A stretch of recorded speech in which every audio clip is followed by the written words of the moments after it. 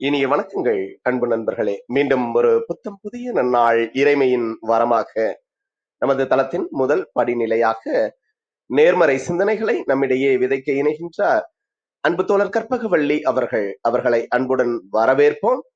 நன்றி. அனைவருக்கும் வணக்கம். இப்பிரபஞ்ச வெளியில் நீக்கமர நிறைந்திருக்கும் பரம்பொருளே, உம்மை வணங்குகின்றோம். உந்தன் அளப்பரிய அன்பால் எங்களுக்கு கிடைத்திட்ட பெற்றோர்கள், வழிகாட்டிகள், உற்றார், உறவினர்கள், நண்பர்கள் மற்றும் ஒவ்வொரு உயிருள்ள ஆன்மாக்கள் மற்றும் உயிரற்ற பொருட்களுக்காகவும் மனம் நிறைந்த நன்றி. உந்தன் அபரிமிதமான படைப்பால் இப்பூவுலகு உந்தன் எழில் நிறைந்த இயற்கையாலும் நிறை வளங்களாலும் நீடித்த நலங்களாலும் ஆகச் சிறந்த நேர்மறை எண்ணங்களாலும் இவ்வுன்னத உலகிலும் எங்கள் உயிர் துடிப்புள்ள உள்ளங்களிலும் நீக்கமர நிறைந்துள்ளது. உந்தன் அளப்பரிய அன்பினாலும் அருளினாலும் ஆசீராலும் நாங்கள் ஒவ்வொருவரும் உயர்ந்த உன்னதமான வாழ்வியல் பயணத்தை நிறைவுடனும் நிம்மதியுடனும் அன்றாடம் மேற்கொண்டு வருகின்றோம், ஆகச் சிறந்த வழிகளில். இதனால் நாங்கள் இச்சமூகத்தின் இன்றியமையாதவர்கள் என்பதையும், சீரிய வழியில் பயணிக்கும் அளவிற்கு ஆக்கப்பூர்வமான வழிகளில் எங்களை அன்றாடம் புதுப்பித்து வருகின்றோம். உந்தன் ஒப்பற்ற வழி நடத்துதலுடன் சிறுதுளி பெருவெள்ளமாகும் என்பதைப் போல் நாங்களும் சிறுக சிறுக சாதனை துளிகளை கோர்த்து வருங்கால சரித்திரத்தை ஆக்கப்பூர்வமான முன்னெடுப்புகளால் அலங்கரிக்கும் வரம் தாரும். அனைவருக்கும் நன்றி, அனைத்திற்கும் நன்றி, ஆண்டவனுக்கும் நன்றி. நன்றி. நன்றிங்க அன்பு தோழர். நமது நிகழ்வின் அடுத்த படிநிலையாக நாம் ஒரு நிமிட தியானத்திற்குள் பயணிக்க இருக்கின்றோம். கண்களை மெலிதாக மூடிக்கொள்வோம், கரங்களை கோர்த்துக் கொள்வோம். இப்பிரபஞ்ச பெருவெளியில் உள்ள இறைமைக்கு மனதார நன்றி பகிர கிடைத்த மற்றும் ஒரு அற்புதமான நன்னாள் இது. இப்பொழுது நாம் உச்சரிக்க இருக்கும் ஒவ்வொரு வார்த்தைகளுடன் நன்றி உணர்வினையும் கலந்து இறைமைக்கு சமர்ப்பிப்போம், அன்பின் காணிக்கையாய். இன்றெடுத்து அன்றாடம் அமுதூட்டி அன்பாகவும் கருணையாகவும் மாறிப்போன அன்பு தாய்க்கு மனம் நிறைந்த நன்றி. ஒவ்வொரு நாளையும் ஒவ்வொரு பொழுதையும் தமது உழைப்பாலும் தியாகத்தாலும் குடும்பத்தை நிறைத்து அறிவாகவும் ஆற்றலாகவும் மாறிப்போன அன்பு தந்தைக்கு மனம் நிறைந்த நன்றி. பரிசுத்தமான இயற்கையை பரிசளித்து சென்ற நம் முன்னோர்கள் ஒவ்வொருவருக்கும் மனம் நிறைந்த நன்றி. கற்பித்தல் என்னும் இனிய அனுபவங்கள் வாயிலாக அன்றாட பொழுதுகளை அர்த்தமுள்ளதாக்கும் ஆசிரிய பெருந்தகைகள் ஒவ்வொருவருக்கும் மனம் நிறைந்த நன்றி. இப்பிரபஞ்ச பூ உலகினுள் பயணித்துக் கொண்டிருக்கும், பயணிக்க இருக்கின்ற ஒவ்வொரு உயிருள்ள ஆன்மாக்களுக்கும் மனம் நிறைந்த நன்றி. உயிரற்ற பொருட்களாய் வாழ்வின் உடன் வழித்துணையாய் வாழ்வின் பாதையை என்றென்றும் நிறைக்கும் உயிரற்ற பொருட்களுக்கும் மனம் நிறைந்த நன்றி. இப்பிரபஞ்ச பூ உலகினை தமது பேரன்பாலும் பேரருளாலும் பேராசிராலும் ஆண்டு அரவணைத்து காத்து வரும் அந்த ஆண்டவனுக்கும் நன்றி. இப்பொழுது நமது சுவாசத்தின் ஓசையில் அது பயணிக்கும் பாதைகளில் நாமும் ஒரு நிமிடம் இணைந்து பயணிப்போம், நம் மூச்சின் சுவாசத்தினை சீர்மைப்படுத்தியவர்களாய்.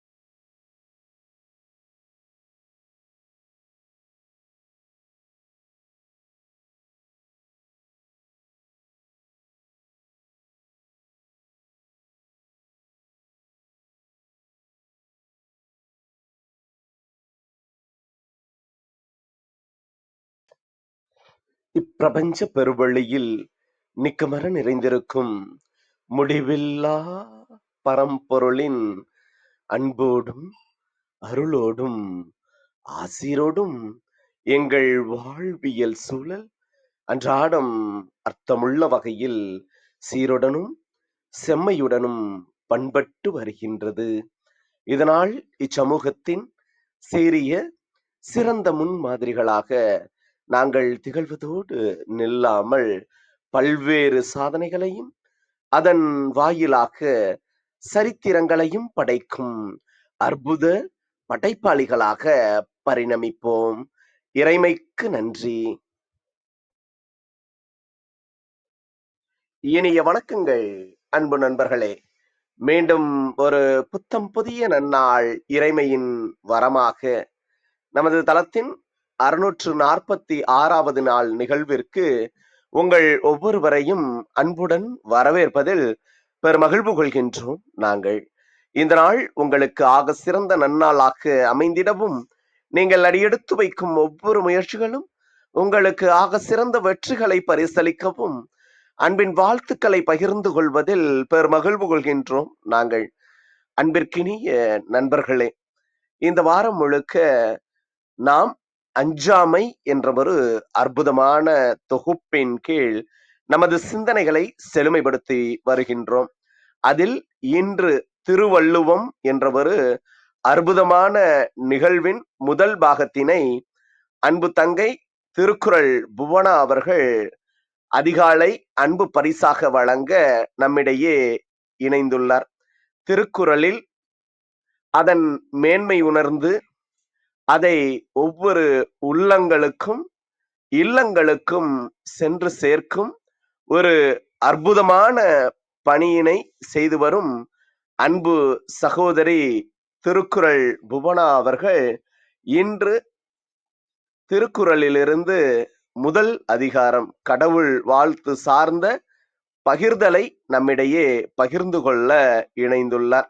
நமது எளிய அழைப்பினை ஏற்று இன்றைய நிகழ்வின் சிறப்பு அழைப்பாளராக, சிறப்பு பேச்சாளராக இணைந்துள்ள அன்பு தங்கை திருக்குறள் புவனா அவர்களை சொல்லரங்க சொந்தங்களாகிய உங்கள் ஒவ்வொருவரின் சார்பிலும் சரித்திரம் படைப்போம் தளம் அவரை இந்நிகழ்விற்கு வருக வருக வருக என வரவேற்பதில் பெருமகிழ்வு கொள்கின்றது.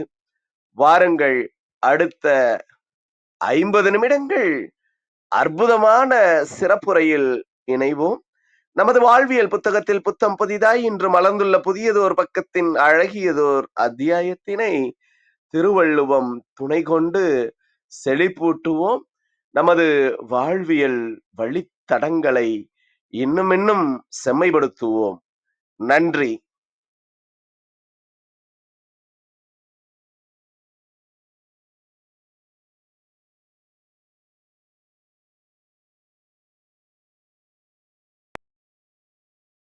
அனைவருக்கும் வணக்கம். என்னோட வாய்ஸ் கிளியரா கேக்குதுங்களா?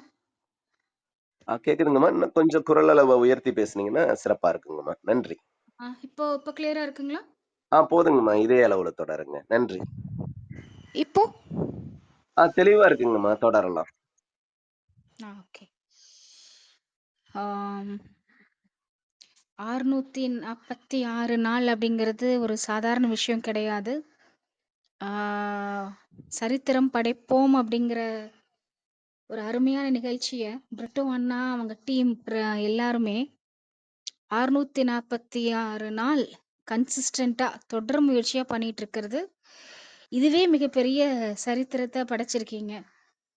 என்னுடைய மனமார்ந்த வாழ்த்துக்கள் அண்ணா. உங்களுக்கும், உங்களோட டீம் கற்பகவல்லி மேம் உங்களுக்கும். இன்னும் நெறைய பேர் இருக்காங்க. ஸோ எல்லாரையும் இப்போ நான் மென்ஷன் பண்ண முடியல. ஸோ பிரிட்டோ அண்ணா, கற்பகவல்லி மேம் அண்ட் டீம் அவங்க எல்லாத்துக்கும் என்னோட மனமார்ந்த வாழ்த்துக்கள நான் சொல்லிக்கிறேன் முதல்ல. அஞ்சாமை. அஞ்சாமை கடவுள் வாழ்த்து. இந்த 2 இதுக்கு ஏதாவது சம்மந்தம் இருக்கா அப்படின்னா, 100% சம்மந்தம் இருக்கு.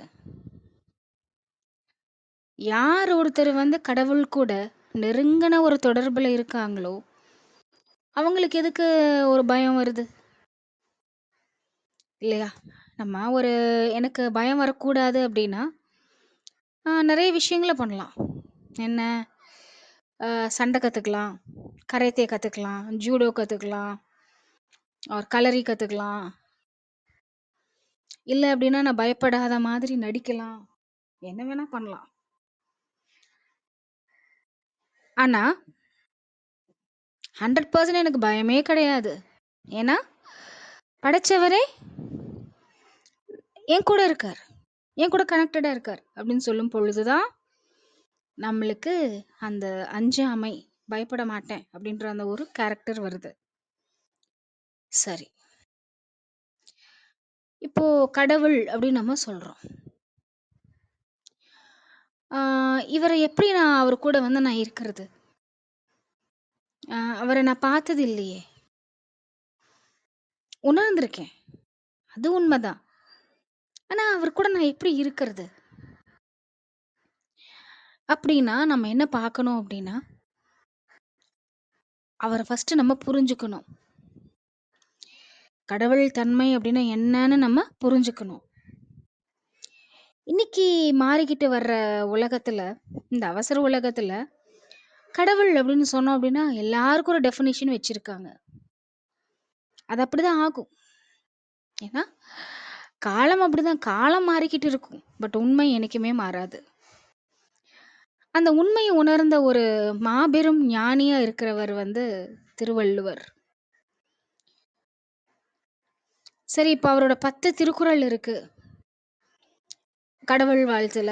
ஸோ, அந்த 10 திருக்குறளையும் நம்ம புரிஞ்சுக்கிட்டோம் அப்படின்னா, படிச்சுட்டோம் அப்படின்னா, நம்ம அதுல 100/100 எடுத்துட்டோம் அப்படின்னா, கடவுள் பத்தி நான் புரிஞ்சுட்டேனா?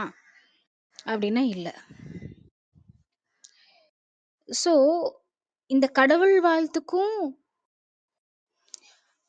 மீதி இருக்கக்கூடிய 1320 திருக்குறளுக்கும் நெருங்கின சம்மந்தம் இருக்கு. என்ன அப்படின்னா, அந்த 1320 குறளும் கடவுள் உருவாக்குன உலகத்துல இருந்து தானே அவர் பேசியிருக்காரு. இல்லையா? அப்ப அதுக்கும் இதுக்கும் நெறைய சம்மந்தம் இருக்கு. ஸோ, முதல்ல கடவுள் யாரு அப்படிங்கிறத நம்ம புரிஞ்சுக்குவோம். என் வாய்ஸ் கிளியரா இருக்குங்களா? கிளியரா இருக்குங்கம்மா. தொடரலாம். ஓகேண்ணா. Thank you. இப்போ இந்த வார்த்தைகள், இப்போ கடவுளை பத்தி நான் சொல்லணும் அப்படின்னா, வார்த்தைகள் மூலமா தான் நான் சொல்ல முடியும். தமிழ் மூலமா நம்ம சொல்ல முடியும். இந்த வார்த்தைகள் அப்படின்னா என்ன அப்படின்னா, இது ஒரு சைன் போர்ட் மாதிரி தான். ஆர் அது டைரக்ஷன் போர்டு மாதிரி தான். எவ்வளோ தூரங்கிறது நம்மளுக்கு தெரியாது. அதில இவ்வளோலாம் சொல்லியிருக்க மாட்டாங்க. தட் இஸ் 10 கிலோமீட்டர்ஸ், 20 கிலோமீட்டர்ஸ் அப்படிலாம் இல்ல. இந்த பக்கம் போனா, கடவுள் யாருங்கிறத உணர முடியும். அவ்வளோதான். அது எவ்வளவு தூரம், பக்கமா இருக்கலாம், தூரமா இருக்கலாம். போற வழியில மேடும் பள்ளம் இருக்கலாம். இல்ல ஸ்மூத்தா இருக்கலாம். என்ன வேணா இருக்கலாம். இந்த வார்த்தைகள் அப்படிதான். நம்ம அந்த உணர்வுகள அந்த திசையில நம்ம செலுத்தணும். ஸோ, அதுதான் நம்ம தெளிவா நம்ம புரிஞ்சுக்கணும். இந்த வார்த்தைகள் அப்படிங்கிறது சைன் போர்டு தான். ஸோ, திருவள்ளுவர் எப்படி கடவுளை இன்ட்ரோடியூஸ் பண்றாரு? ஃபர்ஸ்ட் திருக்குறள்ல எப்படி இன்ட்ரோடியூஸ் பண்றாரு அப்படின்னு சொன்னோம் அப்படின்னா, ஸோ அவர் எப்படி இன்ட்ரோடியூஸ் பண்றாரு அப்படிங்கிறத பார்க்கறதுக்கு முன்னாடி, தமிழ் திருக்குறள் இது தமிழ் அப்படிங்கிறது மொழியா? திருக்குறள் அப்படிங்கிறது செய்யுளா? இல்ல தமிழ் இலக்கியமா? இல்ல 2 வழி ஞானமா? இப்படியெல்லாம் ஒரு 2, 3 வார்த்தையில என்னால திருக்குறள அடக்க முடியல. என்னைக்கோ எழுதின திருக்குறள், இன்னைக்கு இருக்கிற குவாண்டம் சயின்ஸோட கனெக்ட் ஆயிருக்கு. அப்படி சொல்ல முடியாதுங்க. திருக்குறள்ல இருக்கிறது தான் குவாண்டம் சயின்ஸ் கண்டுபிடிச்சிட்டு இருக்காங்க. தே ஆர் டிஸ்கவரிங், அவ்வளவுதான். திருவள்ளுவர் என்னைக்கோ உணர்ந்துட்டார். உணர்ந்ததுனால தான் இதோ இந்த பக்கம் நீங்க போனீங்க அப்படின்னா, இது புரிஞ்சுக்க முடியும். இதோட ஆழத்த நீங்க தொட முடியும். சரி, ஆழத்த தொட்டுட்டோம்னா அதுக்கு எல்லை இருக்கா? அதுக்கும் எல்லை இல்ல. அதுக்கும் எல்லை இல்ல. சோரி சரி, அப்போ அதுக்கு எல்லை இல்ல அப்படின்னா, எப்பதான் அது நம்ம முழுமை அடையிறது? முழுமையெல்லாம் அடைய முடியாது. ஆழம் போய்க்கிட்டே இருக்கு. ஆனா, நம்ம ஆழத்த தொடும்பொழுது ஒரு முழுமையான ஒரு அனுபவம் கிடைக்கும். ஆனா, அந்த முழுமைக்கும் ஒரு நிறைவே கிடையாது. இதுவே பாருங்க, கடவுளுடைய பரந்த மனச காட்டுது. இவ்ளோ அழகான உலகத்த உருவாக்கிட்டாரு. உருவாக்கிட்டு எப்படியெல்லாம் இந்த உலகத்த உருவாக்கியிருக்காரு. அது அவரோட கேரக்டரோட பிரதிபலிப்பு தானே. கடவுள் எல்லா இடத்துலயும் இருக்காரு அப்படின்னா, அப்போ அதோட குணங்கள் எங்கேயோ ஒரு ட்ரேசஸ் மட்டும் நம்மளுக்கால அண்டர்ஸ்டாண்ட் பண்ணிக்க முடியும். அவ்வளவுதான். பட் அந்த வார்த்தைகள தாண்டி நம்ம ஆழத்த நம்ம தொடணும். இப்ப வருவோம். ஃபர்ஸ்ட்டு திருக்குறள்ல எப்படி கடவுள் இன்ட்ரோடியூஸ் பண்றாரு அப்படின்னு சொல்லி பார்த்தோம் அப்படின்னா, சயின்ஸா இன்ட்ரோடியூஸ் பண்றாரு. நான் சொன்ன மாரி திருக்குறளும், குவாண்டம் சயின்ஸும் சம்மந்தம் இருக்கா? இருக்கு.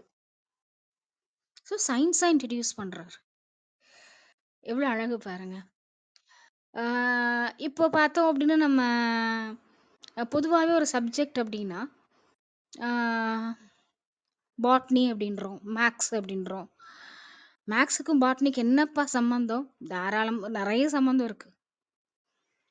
ஏன் அப்படின்னா, ஒவ்வொரு இலையும் மரத்துல ஆ தட் இஸ் பிறக்குது அப்படின்னா, ஒரு சர்டன் ஆங்கிள் கேப் விட்டு தான் அது பொறக்குது அப்படின்னு சொல்றாங்க. தன்னோட பிறப்ப உருவாக்குதுன்னு சொல்றாங்க. இப்போ மேத்ஸுக்கும், பாட்னிக்கும் நெறைய சம்மந்தம் இருக்கு. எல்லா சப்ஜெக்ட்டுக்கும் எல்லாத்துக்கூடயும் சம்மந்தம் இருக்கு. இப்ப இது எப்படின்னா ரொம்ப எளிமையா சொல்லணும் அப்படின்னா, உடல் அப்படின்னு சொல்றோம். புரிஞ்சுக்கிறதுக்காக கை, காலுன்னு சொல்றோம் இல்லையா? அந்த மாதிரி. இப்ப ஃபர்ஸ்ட்டு எப்படி இன்ட்ரோடியூஸ் பண்றாருன்னா, ஒரு சயின்ஸா இன்ட்ரோடியூஸ் பண்றாரு. அகர முதல எழுத்தெல்லாம் ஆதி பகவன் முதற்றே உலகு. ஆ நல்லா யோசிச்சு பாருங்க. கடவுள் அப்படின்னா அன்புன்னு சொல்லியிருக்கலாம். அது பின்னாடி தான் சொல்றாரு. ஓகேங்களா? அன்புன்னு சொல்லியிருக்கலாம். கருணைன்னு சொல்லியிருக்கலாம். அழகுன்னு சொல்லியிருக்கலாம். எவ்வளவோ இருக்கே! அவர பத்தி டிஸ்கிரைப் பண்றதுக்கு வார்த்தையா இல்ல. நம்ம நல்லா உன்னிப்பா கவனிக்கணும். அகர முதல எழுத்தெல்லாம் ஆதி பகவன் முதற்றே உலகு. 2 விஷயத்த கம்பேர் பண்றாரு. அகர முதல எழுத்தெல்லாம். எழுத்துக்கள் எல்லாம் அடிப்படையா அகரத்த கொண்டிருக்கு. அகரம் அப்படின்னா நம்ம ஆ அப்படின்னு வாய தொறந்தா தான் சப்தத்த அடிப்படையா கொண்டிருக்கு. இந்த உலகம் கடவுள அடிப்படையா கொண்டிருக்கு. இப்போ கடவுள எதோடு ஒப்பிடுறாரு? சப்தத்தோடு ஒப்பிடுறாரு. அதாவது சப்தம் கடவுள் அப்படிங்கிறாரு. இதே தான் இன்னைக்கு குவாண்டம் சயின்ஸ் என்ன சொல்றாங்க அப்படின்னா, இந்த உலகம் அதிர்வுகளால் உருவாக்கப்பட்டது. எவ்வளவு அழகான இன்ட்ரோடக்ஷன் பாருங்க. என்னைக்குமே இது பொருந்தும். இன்னும் குவாண்டம் சயின்ஸ் வந்து அட்வான்ஸ் ஆனாலும் திருக்குறள் பொருந்தும். என்ன இன்னும் சூப்பர் அட்வான்ஸ்டா போனாலும், இன்னும் அத விட சூப்பர் அட்வான்ஸ்டா போனாலும் திருக்குறள் பொருந்தும். அப்போ டூ மை நாலேட்ஜ், எனக்கு தெரிஞ்ச வரைக்கும் மற்ற இலக்கியங்கள் பார்த்தோம் அப்படின்னா, நெறைய அழகுணர்ச்சிய குடுப்பாங்க. அது நான் நெறைய படிச்சிருக்கேன். பட் ஒரு கிரியேஷனையே வந்து ஆ எக்ஸ்பிளைன் பண்ணாங்க அப்படின்னா, நம்மளோட தமிழ்ல இட் இஸ் சொல்றதுக்கு வார்த்தை இல்லைங்க. அவ்வளதான்.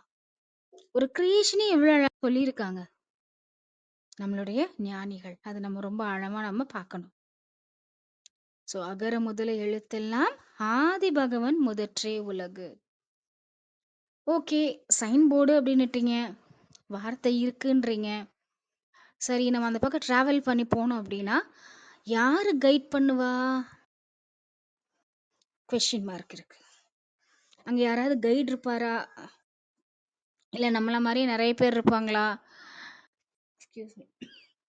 நம்ம அப்படியே அவங்களோட பேசிக்கிட்டே போலாமா? How it is possible?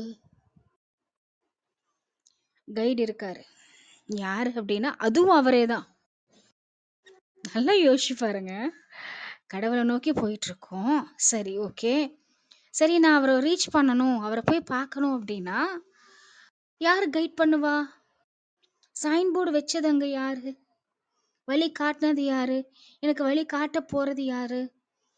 எனக்கு இதுக்கு முன்னாடி வழி காட்டணும் அப்படின்னு ஒரு சிச்சுவேஷன் உருவாக்குனது எல்லாமே அவரே தான். ரொம்ப விசித்திரமா இருக்கும். இல்லையா? ஸோ, நம்ம சைன் போர்டுல நம்ம பார்க்குறோம். நம்ம டிராவல் பண்றோம் அந்த பக்கம். சரி. அவரே வந்து நம்மளுக்கு வழிகாட்டுவார். அவர் எங்க இருக்காரு? அட என்னங்க இது? எல்லாருக்குள்ளயும் இருக்காரு, நம்மளுக்குள்ள இல்லாம போயிடுவாரா? அப்ப நம்மளுக்குள்ள இருக்கக்கூடிய இறைவன நம்ம உணரணும். எப்படிங்க அது? என்ன நான் இருக்கேனே! காலையில எழுந்தேன். 5 மணிக்கு எழுந்தேன். இப்ப 6 மணிக்கு செஷன்ல இருக்கேன். ஆம். எப்படி நான் அவர உணர முடியும்? கொஞ்சம் நம்ம சைக்காலஜிக்கல் டிராமாவ தள்ளி வச்சாவே, அவர் அங்க தான் இருக்காரு. நம்ம தான் அங்க இல்ல. ரொம்ப நல்லா புரிஞ்சுக்கணும். அவர் அங்க தான் இருக்காரு. நம்ம தான் அங்க இல்ல. நம்ம ஏதேதோ சைக்காலஜிக்கல் டிராமாக்குள்ள போயிட்டோம். ஒரு சில சமயம் அவர் வந்து சத்தம் கூட போட்டிருப்போம். "ஏன் கடவுளே எனக்கு இவ்ளோ கஷ்டம்? நான் ஏன் இப்படி சிரமப்படுறேன்? எனக்கு ஏன் இந்த நிலைமை? என்ன நீங்க இப்படி சோதிக்கலாமா?" அப்படின்னலாம் நம்ம அவர கேட்டுருக்கோம். இல்லையா? எஸ். ஸோ இது எல்லாமே கொஞ்சம் ஒதுக்கணும் அப்படின்னா, நம்ம அவர ஈஸியா புடிச்சிட முடியும். ஸோ ஸோ அகர முதல எழுத்தெல்லாம் ஆதி பகவன் முதற்றே உலகு. சரிங்க. ஓகே. சொல்லிட்டீங்க. கடவுள் வந்து அதிர்வா இருக்காரு அப்படின்னு நம்ம சொல்லிட்டோம். ஸோ, இப்ப நானு வந்து எவ்வளவோ படிக்கிறோம். ஆ எத பத்தி படிக்கிறோம்? கடவுள் உருவாக்குன உலகத்த பத்தி படிக்கிறோம். சரி. கடவுள பத்தி படிச்சிடுவோம். சரி. சரி, நான் படிக்கணுமே! இப்ப கடவுள பத்தி நானு படிக்கணுமே! அப்போ நான் படிக்கிறது எப்படி படிக்கணும்? அதான் சொல்றாரு. என்ன சொல்றாருன்னா, "கற்றதனால் ஆய பயனின்கொள் வாலறிவன் நற்றால் தொழார் எனின்." எவ்ளோ நீ படிச்சிருந்தாலும் என்னப்பா? அவரோட பாதத்த நம்ம புடிக்கல அப்படின்னா, நம்ம படிச்சதுனால என்ன பிரயோஜனம்? ஸோ அவரு சொல்லியிருக்கலாம். "கடவுள மனசுல வச்சுட்டு நீ படிப்பா" அப்படின்னு சொல்லியிருக்கலாம். கடவுள நெனச்சுக்கிட்டே நீ படிப்பான்னு சொல்லியிருக்கலாம். ஆர் வேற ஏதாவது சொல்லியிருக்கலாம். ஏன் அவரோட திருவடிய பணியணும்? ஒருத்தரோட திருவடிய பணியும் பொழுது தான் நம்ம எப்படி இருப்போம்? அடக்கமா இருப்போம். நான் கடவுள பத்தி தெரிஞ்சுட்டேனே! நான் அவர பத்தி எனக்கு நல்லா தெரியுமே! அப்படின்னு நம்ம நெனச்சுட்டோம் அப்படின்னா, நிச்சயமா அவர நம்ம சந்திக்கவே இல்லன்னு அர்த்தம். அவர பத்தி உணரவே இல்லன்னு அர்த்தம். இப்ப அகைன் என்ன ஆகுதுங்க? நம்மளோட சைக்காலஜிக்கல் டிராமா தான் ஓடிட்டு இருக்கு. ஸோ அதனால பணிவா படிக்கணும். இன்னும் அவர என்னது இது? நான் ஒரு 2 லைன்ல படிச்சு முடிச்சா, அவர நான் புரிஞ்சிட முடியுமா? வார்த்தைகளுக்குள்ளார படுறவரா அவரு? இல்லையா? கடவுளே எனக்கு நீங்க வந்து இன்னும் எனக்கு வந்து அனுக்கிரகம் பண்ணுங்க. உங்க திருவடிய நான் புடிச்சுட்டேன். இன்னும் நான் உங்கள உணரணும். இன்னும் நான் உங்கள நான் உணரணும். அப்படின்ற ஒரு ஒரு தீவிரமான பக்தியால படிக்கணும். ஒரு திருவடிய இறுக்கி புடிச்சோம்னா அதுதான். நம்மளோடது எல்லாம் ஒதுக்கி வச்சுர்றோம். எல்லாத்தையும் ஒதுக்கி வச்சுட்டு, அவரோட திருவடிய இறுக்கி புடிச்சுக்கணும். புடிச்சுட்டோம்னா, நம்ம அந்த டைரக்ஷன்ல கரெக்ட்டா போயிட்டுருக்கோம்னு அர்த்தம். கடவுள் அப்படிங்கிற அவர வந்து உணர்றதுக்காக நம்ம போயிட்டுருக்கோம்னு அர்த்தம். சரி.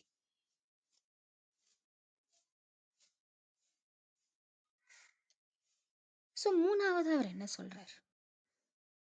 அவரு வந்து அ அதிர்வா இருக்காருன்னு சொல்றாரு. அப்ப என்ன மாரி அதிர்வ நம்ம உருவாக்கணும்? நான் என்ன படிச்சாலும் நான் என்ன பண்றேன்? அவரோட திருவடியை இறுக்கி பிடிச்சுக்கிறேன். நீங்க தான் எனக்கு அருளணும், நீங்க தான் எனக்கு செய்யணும். நான் படிக்கிறதெல்லாம் ஒண்ணு, ஆனா நீங்க எனக்கு சொல்லித் தரணும், நீங்க தான் எனக்கு செய்யணும். அவன் அருளாலே அவன் தான் வணங்கி, அவர் அருள் இல்லாம நம்மனால அதை படிக்க முடியாது. ஸோ அவரோட திருவடியை இறுக்கி பிடிச்சுக்கணும். ஸோ இந்த ஒரு அதிர்வை நம்ம உருவாக்கணும்.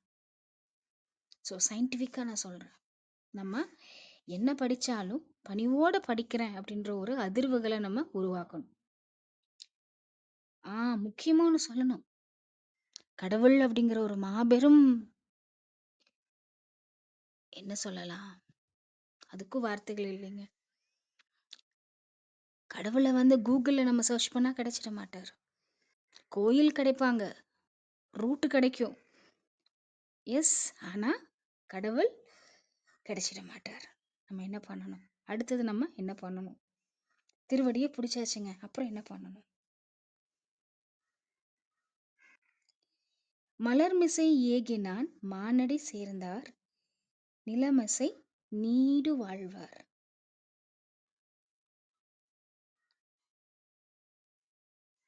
சரி, இப்போ நான் வந்து கடவுளோட திருவடி இறுக்கி பிடிச்சிட்டேன். இப்போ நான் என்ன ஆவேன்? எனக்கு என்ன நடக்கும் ஃபர்ஸ்ட்? இப்போ நான் ஏதோ ஒன்று செய்கிறேன், அது என்ன ஆகும் அப்படின்ற ஒரு கேள்வி நம்மளுக்கு வரும். இறுக்கி பிடிச்சிட்டேன், இப்போ எனக்கு என்ன ஆகும்?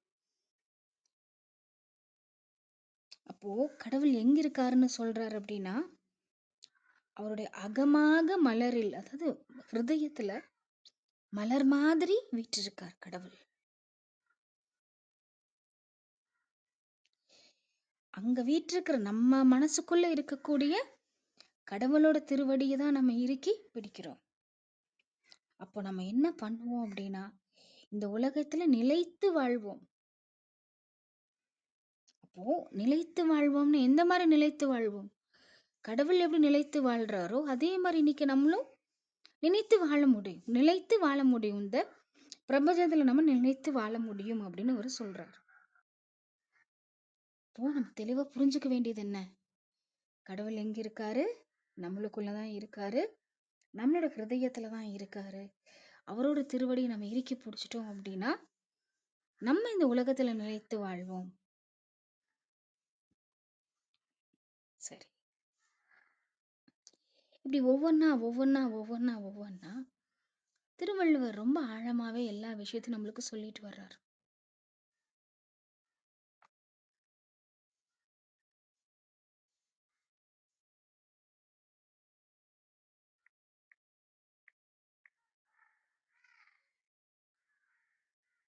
இப்போ நம்ம என்ன பண்ணலாம்? இன்னைக்கு நம்ம என்ன பண்ணலாம்? இவ்வளவு நாள் ஒரே மாதிரி வாழ்ந்துட்டோமே, இன்னைக்கு காலையில இந்த விஷயத்த நம்ம கேட்குறோம்.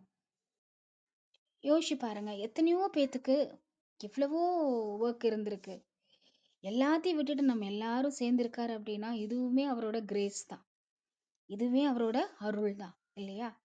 அப்போ இன்னைக்கு நம்ம என்ன பண்ணலாம்? இன்னைக்கு ஃபர்ஸ்ட் நம்ம சைன் போர்டு பார்த்துட்டோம். இன்னைக்கு நம்ம லைஃப்ல என்னென்ன கத்துக்கிறோமோ எல்லாமே, இல்லைங்க நான்லாம் படிச்செல்லாம் முடிச்சிட்டேங்க, எப்படிங்க இனிமேல் நான் என்ன படிக்கிறது? நம்ம செய்யற ஒவ்வொரு வேலையிலையும் நம்ம என்ன பண்ண முடியும்? கத்துக்க முடியும். சமைக்கிறோமா, அதுவும் அவர் பாதத்தை பிடிச்சிட்டே சமைப்போம். நீங்க தான் எனக்கு எல்லாம் உருவாக்குனீங்க, நீங்க கத்திரிக்காய் உருவாக்குனது நீ தான், தக்காளி உருவாக்குனது நீங்க தான், வெங்காயத்தை உருவாக்குனது நீங்க தான், உங்க பாதத்தை இறுக்கி பிடிச்சு நான் சமைக்கிறேன். இதுல எனக்கு ஏதாவது எனக்கு ஞானத்தை கொடுங்க. அவரோட காலை இறுக்கி பிடிச்சுக்கலாம் ஒவ்வொரு விஷயத்திலும். ஸோ எங்க பார்க்கலாம் அப்படின்னு சொல்லி பார்த்தோம் அப்படின்னா ஹிருதயத்துல பார்க்கலாம் அப்படின்னு சொல்றாங்க. ஸோ நல்லா பார்க்கணும். ஹிருதயம் அப்படின்னு சொல்றாரு. ஏன் ஹிருதயம்? மூளைன்னு சொல்லியிருக்கலாமே, ஏன் ஹிருதயம் அப்படின்னு சொல்றாரு? ஸோ இன்னைக்கு இருக்கிற சயின்ஸ் என்ன சொல்றாங்க அப்படின்னா, ஹிருதயம் அப்படிங்கிறது வந்து பார்த்தோம் அப்படின்னா நம்மளுக்கு 3 பிரெயின் இருக்குன்னு சொல்றாங்க, 3 பிரெயின் இருக்குன்னு சொல்றாங்க. தி ஃபர்ஸ்ட் பிரெயின் நம்ம எல்லாருமே நம்ம பார்க்கறது. 2வது வந்து பார்த்தீங்கன்னா, இந்த பிரெயினோட எப்படி வந்து பிரெயினுக்கு வந்து இப்போ உடம்பு பூரா செல்ஸ் இருக்கு. பிரெயின்ல இருக்கிற செல்ஸுக்கு வந்து பார்த்தீங்க அப்படின்னா, நியூரோ நியூரான்ஸ் அப்படின்னு சொல்றாங்க. அதே விதமான நியூரான்ஸ் எங்க இருக்கு அப்படின்னா, ஹார்ட்லயும் இருக்கு அப்படின்றாங்க. சரி, ஹார்ட் என்ன பண்ணும் அப்படின்னா, ஹார்ட் கிரியேட்ஸ் எமோஷன். உணர்வுகளை உருவாக்கக்கூடிய வல்லமை ஹார்ட் பிரெயினுக்கு இருக்கு. ஸோ அப்போ நம்ம இறைவனை எப்படி உணர முடியும்? ஹிருதயத்துல நம்ம உணர முடியும் அப்படின்னா, உணர்வு பூர்வமா தான் உணர முடியும் அப்படின்னு அவரு சொல்றாரு. ஸோ இப்போ சயின்டிஃபிக்காவும் நம்மளுக்கு புரிய ஆரம்பிச்சிருச்சு. சரி.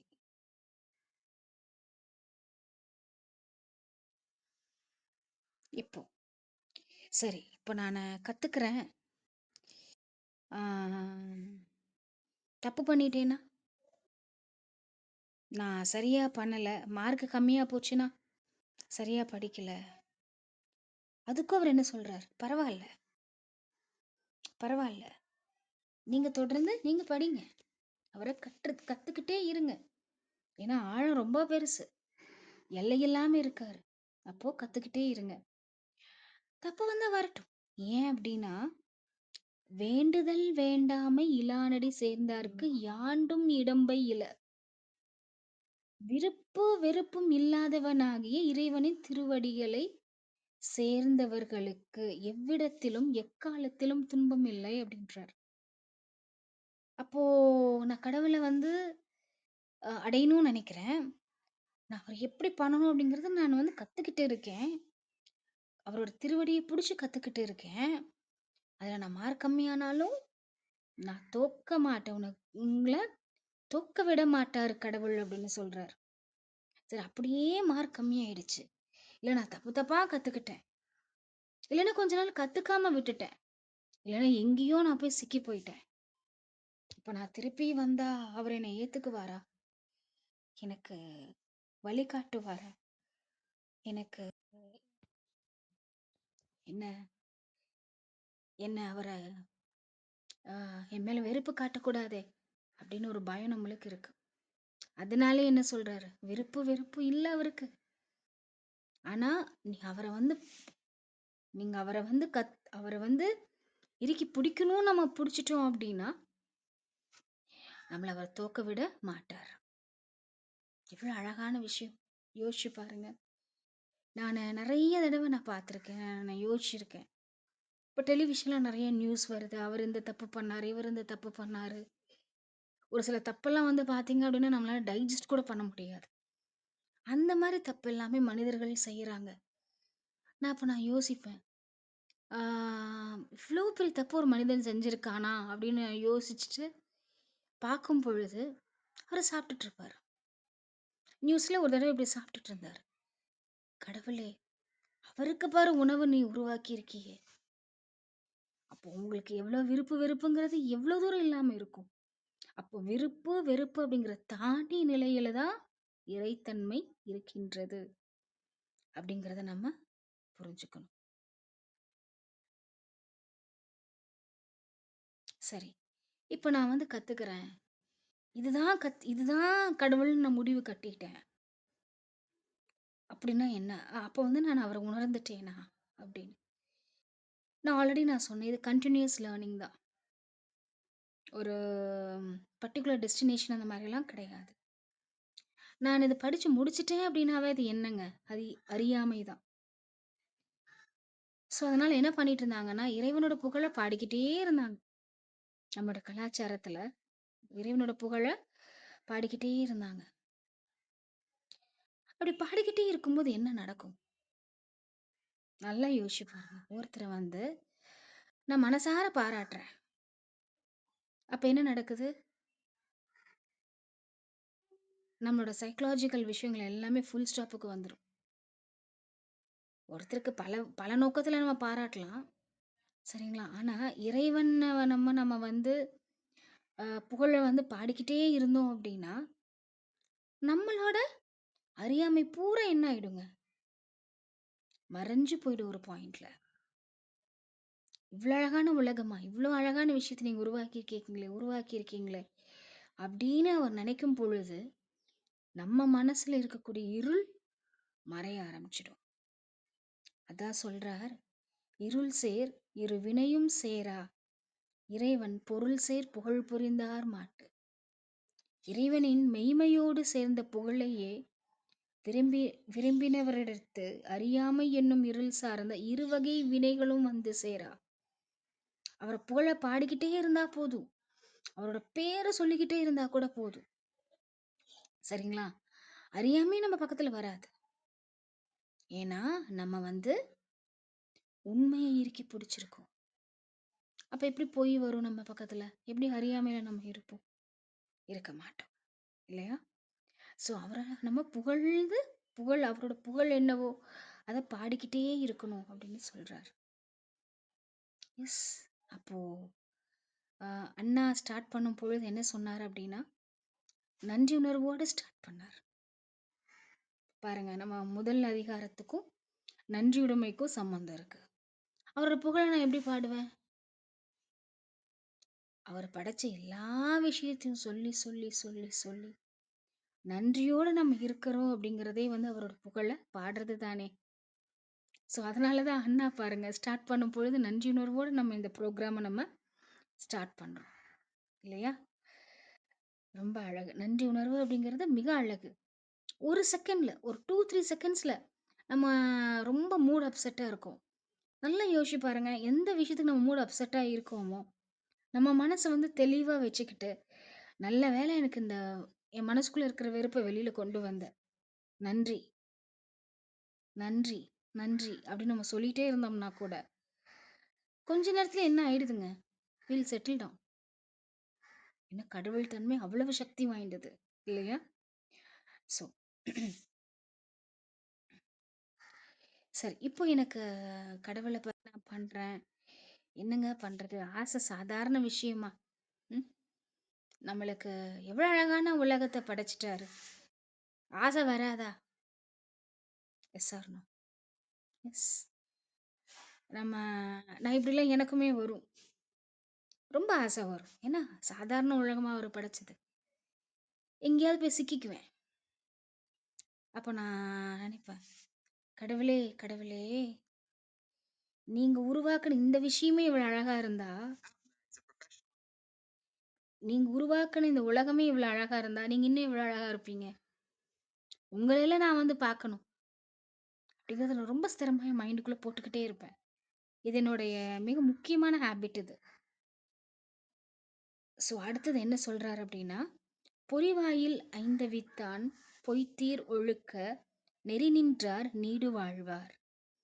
ஐம்பொறி வழியாக எழுகின்ற ஆசைகளை அவித்தவனின் பொய்மை இல்லாத ஒழுக்க நெறியில் நின்றவரே நிலையான வாழ்வினர். ஸோ இதுல 2 அர்த்தம் கூட நம்ம எடுத்துக்க முடியும்.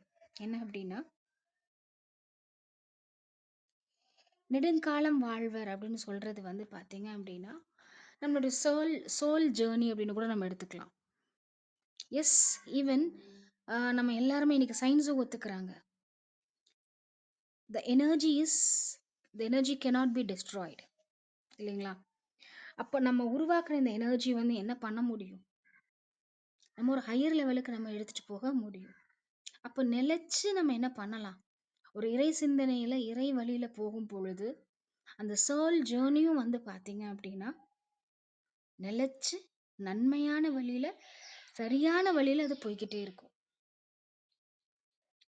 சரியான எனக்கு சயின்டிபிக் எவிடன்ஸ் இல்லைங்க என்கிட்ட, ஜென்மம் இருக்கா முன் ஜென்மம் இருக்கா இல்லையா அப்படின்னா, சயின்டிபிக்கா ப்ரூவ் ஆகல அப்படின்னாலும்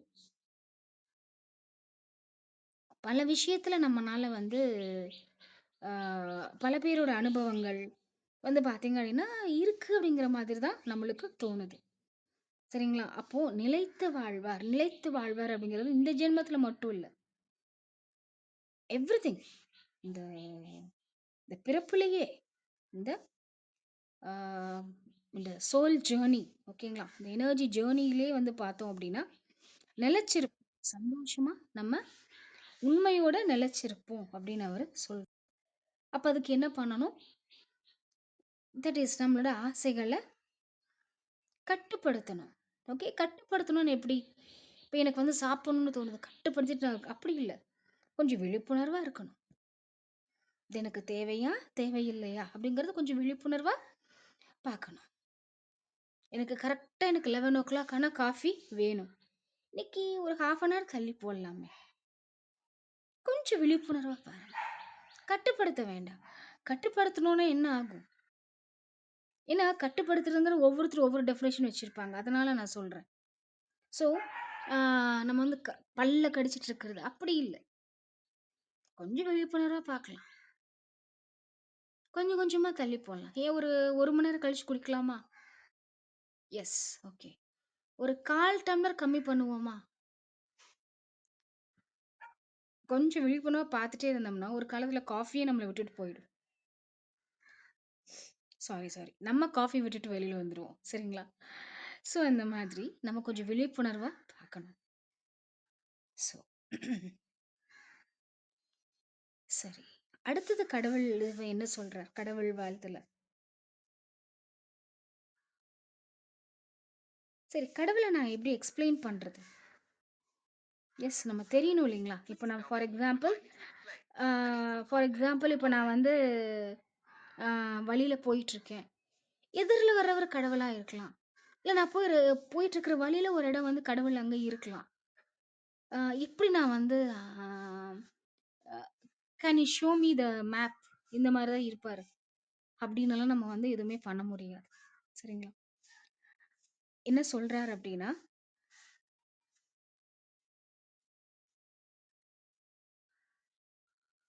இது ஒரு பெரிய கவலை இருக்கும்.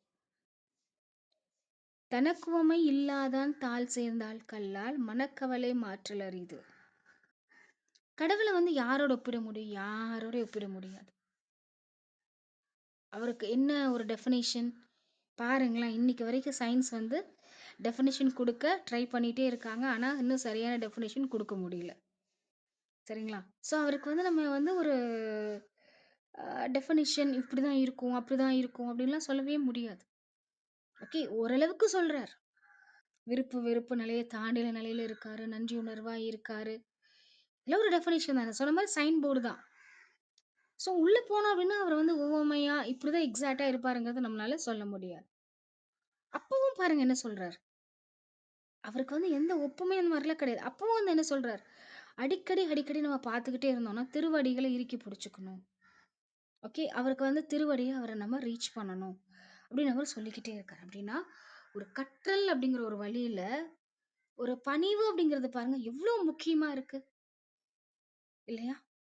ஸோ ஏன்னா, அ இது ஏன் இவ்ளோ தூரம் இன்சிஸ்ட் பண்றாரு? ஏன் அப்படி சொல்லி பார்த்தோம் அப்படின்னா, இந்த மனம் அப்படிங்கிறது வந்து ரொம்ப ஈஸியா ஒரு அகங்காரத்த உருவாக்கிரும். விதவிதமா உருவாக்கும். இப்படிதான்ட்டு கிடையாது. இப்போ ஃபார் எக்ஸாம்பிள் எனக்கு தான் எல்லாம் தெரியும். உங்களுக்கெல்லாம் தெரியுமா? இது ஒரு அகங்காரம். யாருமே என்ன கவனிக்கல தெரியுமா? இது ஒரு அகங்காரம் தான். என்ன அவர் எப்படியெல்லாம் கஷ்டப்படுத்தினாரு தெரியுமா? அதுவும் ஒரு அகங்காரம் தான். விதவிதமா நம்மளுக்கு நடக்குங்க. இந்த அகங்காரம் அப்படிங்கிறது அப்படிதான். ஸோ, அதனால என்ன பண்றாரு? அவரோட திருவடி இறுக்கி பிடிச்சுக்கோ. அங்க எங்க அகங்காரம் வரும்? நானே இல்லையே! எப்ப நம்ம வந்து ஒருத்தரோட திருவடி இறுக்கி பிடிப்போம்? ஓகே. ஸோ, அதுக்கும் நம்ம மனுஷனோட இதுல ரூபத்துல பார்க்கும்பொழுது, அதுக்கும் நெறைய இன்டென்ஷன்ஸ் இருக்கணும். மனுஷன் தான் நான் சொல்லல. இப்ப நிஜமாவே ஒருத்தர் உணர்ந்து நம்ம இறுக்கி கால புடிச்சோம் அப்டின்னா என்ன?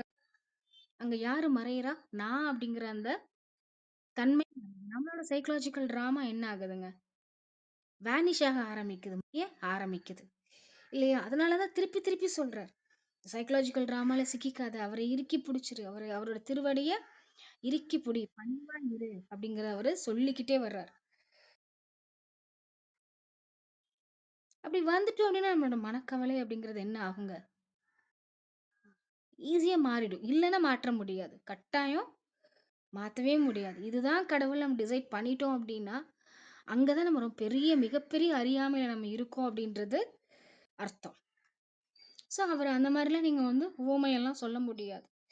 வழிய காட்ட முடியும். இப்படி இந்த மாரி இருப்பாருன்னு சொல்ல முடியும். அவ்வளவுதான். எக்ஸாக்ட் அப்படிங்கிறத நம்ம சொல்ல முடியாது.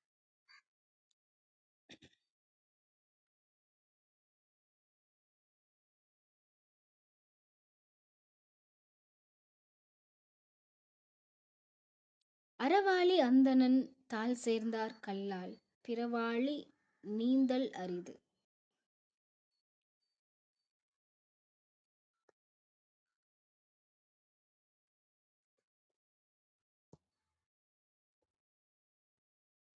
சோ கடவுள் என்ன மாதிரி இருக்கார்? அறக்கடலாக இருக்கின்றார். அப்ப அறம்னா என்னங்கிறது நம்ம தெளிவா தெரியணும். அறம்ல என்னென்னலாம் இருக்குங்கிறது நம்மளுக்கு தெளிவா நம்மளுக்கு புரியணும். சரிங்களா? ஸோ அப்ப அறம் சரி, அறம் அப்படிங்கிறதே நான் சொன்னது சைன் போர்டு மாதிரி தான். அது எப்படி இருக்குங்களாம்? கடல் மாதிரி இருக்காம். கடல் எப்படியாவது அளக்க முடியுங்களா? முடியாது. அதனால தான் நான் சொன்னேன். ஒரு ஆழத்த நம்ம டச் பண்ணுவோம். ஆனா அந்த ஆழமும் என்னங்க? அளக்க முடியாத ஒரு ஆழம். அறக்கடலாக விளங்கும் கடவுளின் திருவடிகளை பொருந்தி நினைக்கின்றவர்.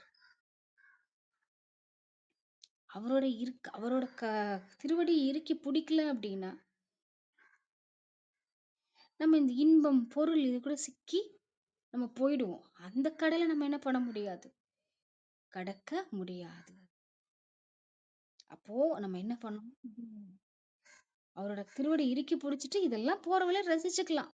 ஓகே, அழகா இருக்கு, ரசிச்சுக்கலாம். ஆனா நம்ம ஃபார் எக்ஸாம்பிள் நம்ம ஒரு கோயம்புத்தூர் டு சென்னை வரணும் அப்படி சொல்லி நம்ம நினைக்கிறோம். ஓகே, கோயம்புத்தூர்ல பஸ் ஏறியாச்சு. சென்னை போகணுங்கிறது வந்து ரொம்ப கிளியரா இருக்கணும் போற வழியில பூரா. சரிங்களா? போற வழியில என்ன இருக்கோ அதை நம்ம ரசிச்சுக்கலாம். ஆஹா, இது இவ்வளவு அழகான உலகமே அப்படி சொல்லி நம்ம நினைச்சுக்கலாம்.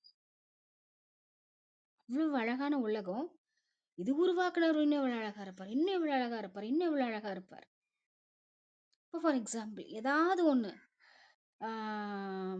For example any bad experience அது மாதிரி நடந்தா கூட ஏதோ ஒரு காரணம் இருக்கும். அவரோட அழகு என்னங்கிறத இன்னும் ஆழமா உணர்றதுக்கான ஒரு காரணமா தான் இருக்கும். அப்படின்னு கொஞ்சம் நம்ம பணிவா அவரோட திருவடி இறுக்கி பிடிச்சி நினைச்சோம் அப்படின்னா, அந்த இடத்துல வந்து பாத்தீங்கன்னா நிறைய என்ன சொல்றது, ஒரு இறுக்கம் தளர்றத நான் என் வாழ்க்கையில உணர்ந்திருக்கேன். அடுத்தது என்ன சொல்றார்? கோளில் பொறியில் குணமிலவே என் குணத்தான் தாளை வணங்கா தலை. என் வகை குணங்களின் உருவான இறைவன் திருவடிகளை வணங்காத தலை கேளா காதும் காணா கண்ணும் போலா பயனில்லாதது. அவரோட திருவடியை பிடிக்காம நம்ம என்ன பண்ணாலும் சரிங்களா, ஈவன் இந்த உலகத்துல பாதி இந்த வேர்ல்ட வந்து பாதி என் பாக்கெட்டுக்குள்ள இருந்தாலும், இந்த உலகத்துல வந்து பாதி நான் வந்து வாங்கிட்டாலும் சரிங்களா, அது வேஸ்ட். அது கண் இருந்தும் கண்ணு தெரியல, காது இருந்தும் காது கேட்கல, அவ்வளவுதான். அப்ப ரியலா நம்ம எப்படிதான் நம்ம வந்து புரிஞ்சுக்க முடியும்? அவரோட திருவடி இறுக்கி பிடிக்கும் பொழுது மட்டும்தான் இந்த உலகம் என்னங்கிறது நம்ம ரியலா நம்மளால புரிஞ்சுக்க முடியும். இல்லைன்னா ஆளாளுக்கு ஒரு டெஃபினேஷன் வச்சுட்டு நம்ம வாழ்ந்துட்டு போயிட்டே இருக்கலாம். ஆனா வாழ்ந்து பயன் இல்லை. கண்ணு இருந்தும் கண்ணு தெரியல, காது இருந்தும் காது கேட்கல, அப்ப வாழ்ந்தும் பயன் இல்லை. அப்ப எப்ப நம்ம வாழ்ந்தா பயன் இருக்கும்? அவரோட திருவடி இறுக்கி பிடிச்சிட்டு நீ யாருன்னு எனக்கு சொல்லப்பா, நீ இப்படி இருக்கே அப்படி இருக்கே, ஏன்னா நம்மளுக்கு அது தெரியுது, உணர்றோம் நம்ம. இல்லையா? நம்ம என்னைக்கோ ஒரு தப்பு பண்ணிட்டோம், அன்னைக்கு நம்மளுக்கு சாப்பாடு கிடைக்குது. யோசிச்சு பாருங்களேன், நம்ம வந்து இன்னைக்கு நம்ம சாப்பிட்றதுக்கு ப்ரிப்பரேஷன் எப்போ ஸ்டார்ட் ஆயிருக்கு யோசிச்சு பாருங்க. எத்தனை பேர் வேலை செய்றாங்க? கண்ணுக்கு தெரியாத ஜீவராசியில இருந்து கண்ணுக்கு தெரிகிற எல்லாருமே, மண்புழு, தவக்கலை, இவங்களோட பார்ட் எவ்வளோ பெருசா இருக்கு. அதையும் தாண்டி மனுஷங்க வரைக்கும் இல்லையா, நம்ம சாப்பிட்ற சாப்பாடை செஞ்சிட்டு இருக்காங்க இல்லையா? ஸோ அடுத்தது இந்த ஃபைனல் இது அவர் என்ன சொல்றாரு அப்படின்னா, இந்த அதிகாரத்துல லாஸ்ட் இது, பிறவி பெருங்கடல் பெருங்கடல் நீந்துவார் நீந்தார் இறைவன் அடி சேராதார். இறைவனின் திருவடிகளை சேர்ந்தவர்களே பிறவி பெருங்கடலை கடப்பார்கள், சேராதவர்களால் கடக்க இயலாது. ஸோ அவர் நிலைத்து வாழ்வார் அப்படின்னு சொன்னது நான் சொன்ன இந்த சோல் ஜேர்னி தான். அப்ப அவரோட திருவடியை பிடிச்சிட்டு நான் உன்னை உணரணும், நான் உன்னை உணரணும், நான் உன்னை உணரணும், இதுதான் என்னோட பிறப்போட குறிக்கோள். அதுதான் நான் ரீச் பண்ணணும். அதுக்காக தான் நான் பொறந்தேன். அப்படின்னு அவரோட திருவடி இறுக்கி புடிச்சிட்டவங்க மட்டும்தான் இந்த பிறவி பெருக்கடல நிறுந்த முடியும். சோ அவர் என்ன சொல்றார்? ஜென்மங்கள் இருக்குன்னு சொல்றார். இல்லையா? அப்போ நம்ம இது டைம் பீயிங்க்கு இந்த ஜென்மத்துல நம்ம பிளான் பண்ணிக்க முடியும்.